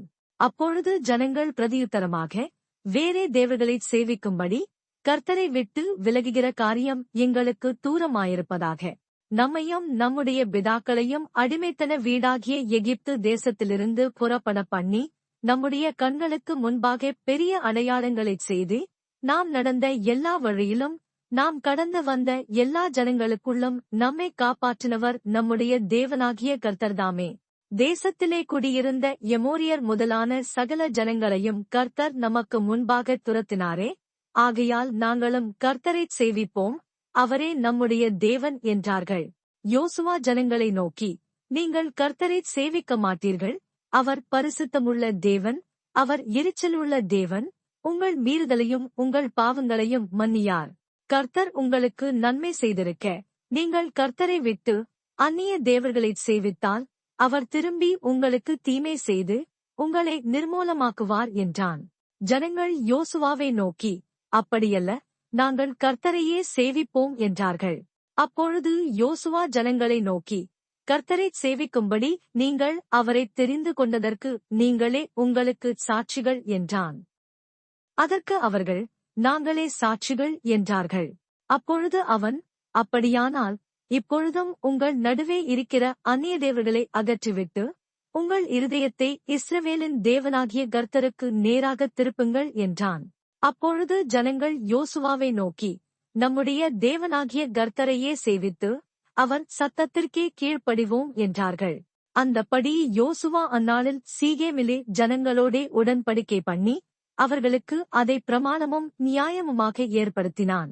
இந்த வார்த்தைகளை யோசுவா தேவனுடைய நியாயப்பிரமாண புஸ்தகத்தில் எழுதி, ஒரு பெரிய கல்லை எடுத்து, அதை அங்கே கர்த்தருடைய பரிசுத்த ஸ்தலத்தின் அருகில் இருந்த கர்வாலி மரத்தின் கீழ் நாட்டி, எல்லா ஜனங்களையும் நோக்கி, இதோ, இந்த கல் நமக்குள்ளே சாட்சியாயிருக்க கடவுது. கர்த்தர் நம்மோடே சொன்ன எல்லா வார்த்தைகளையும் இது கேட்டது.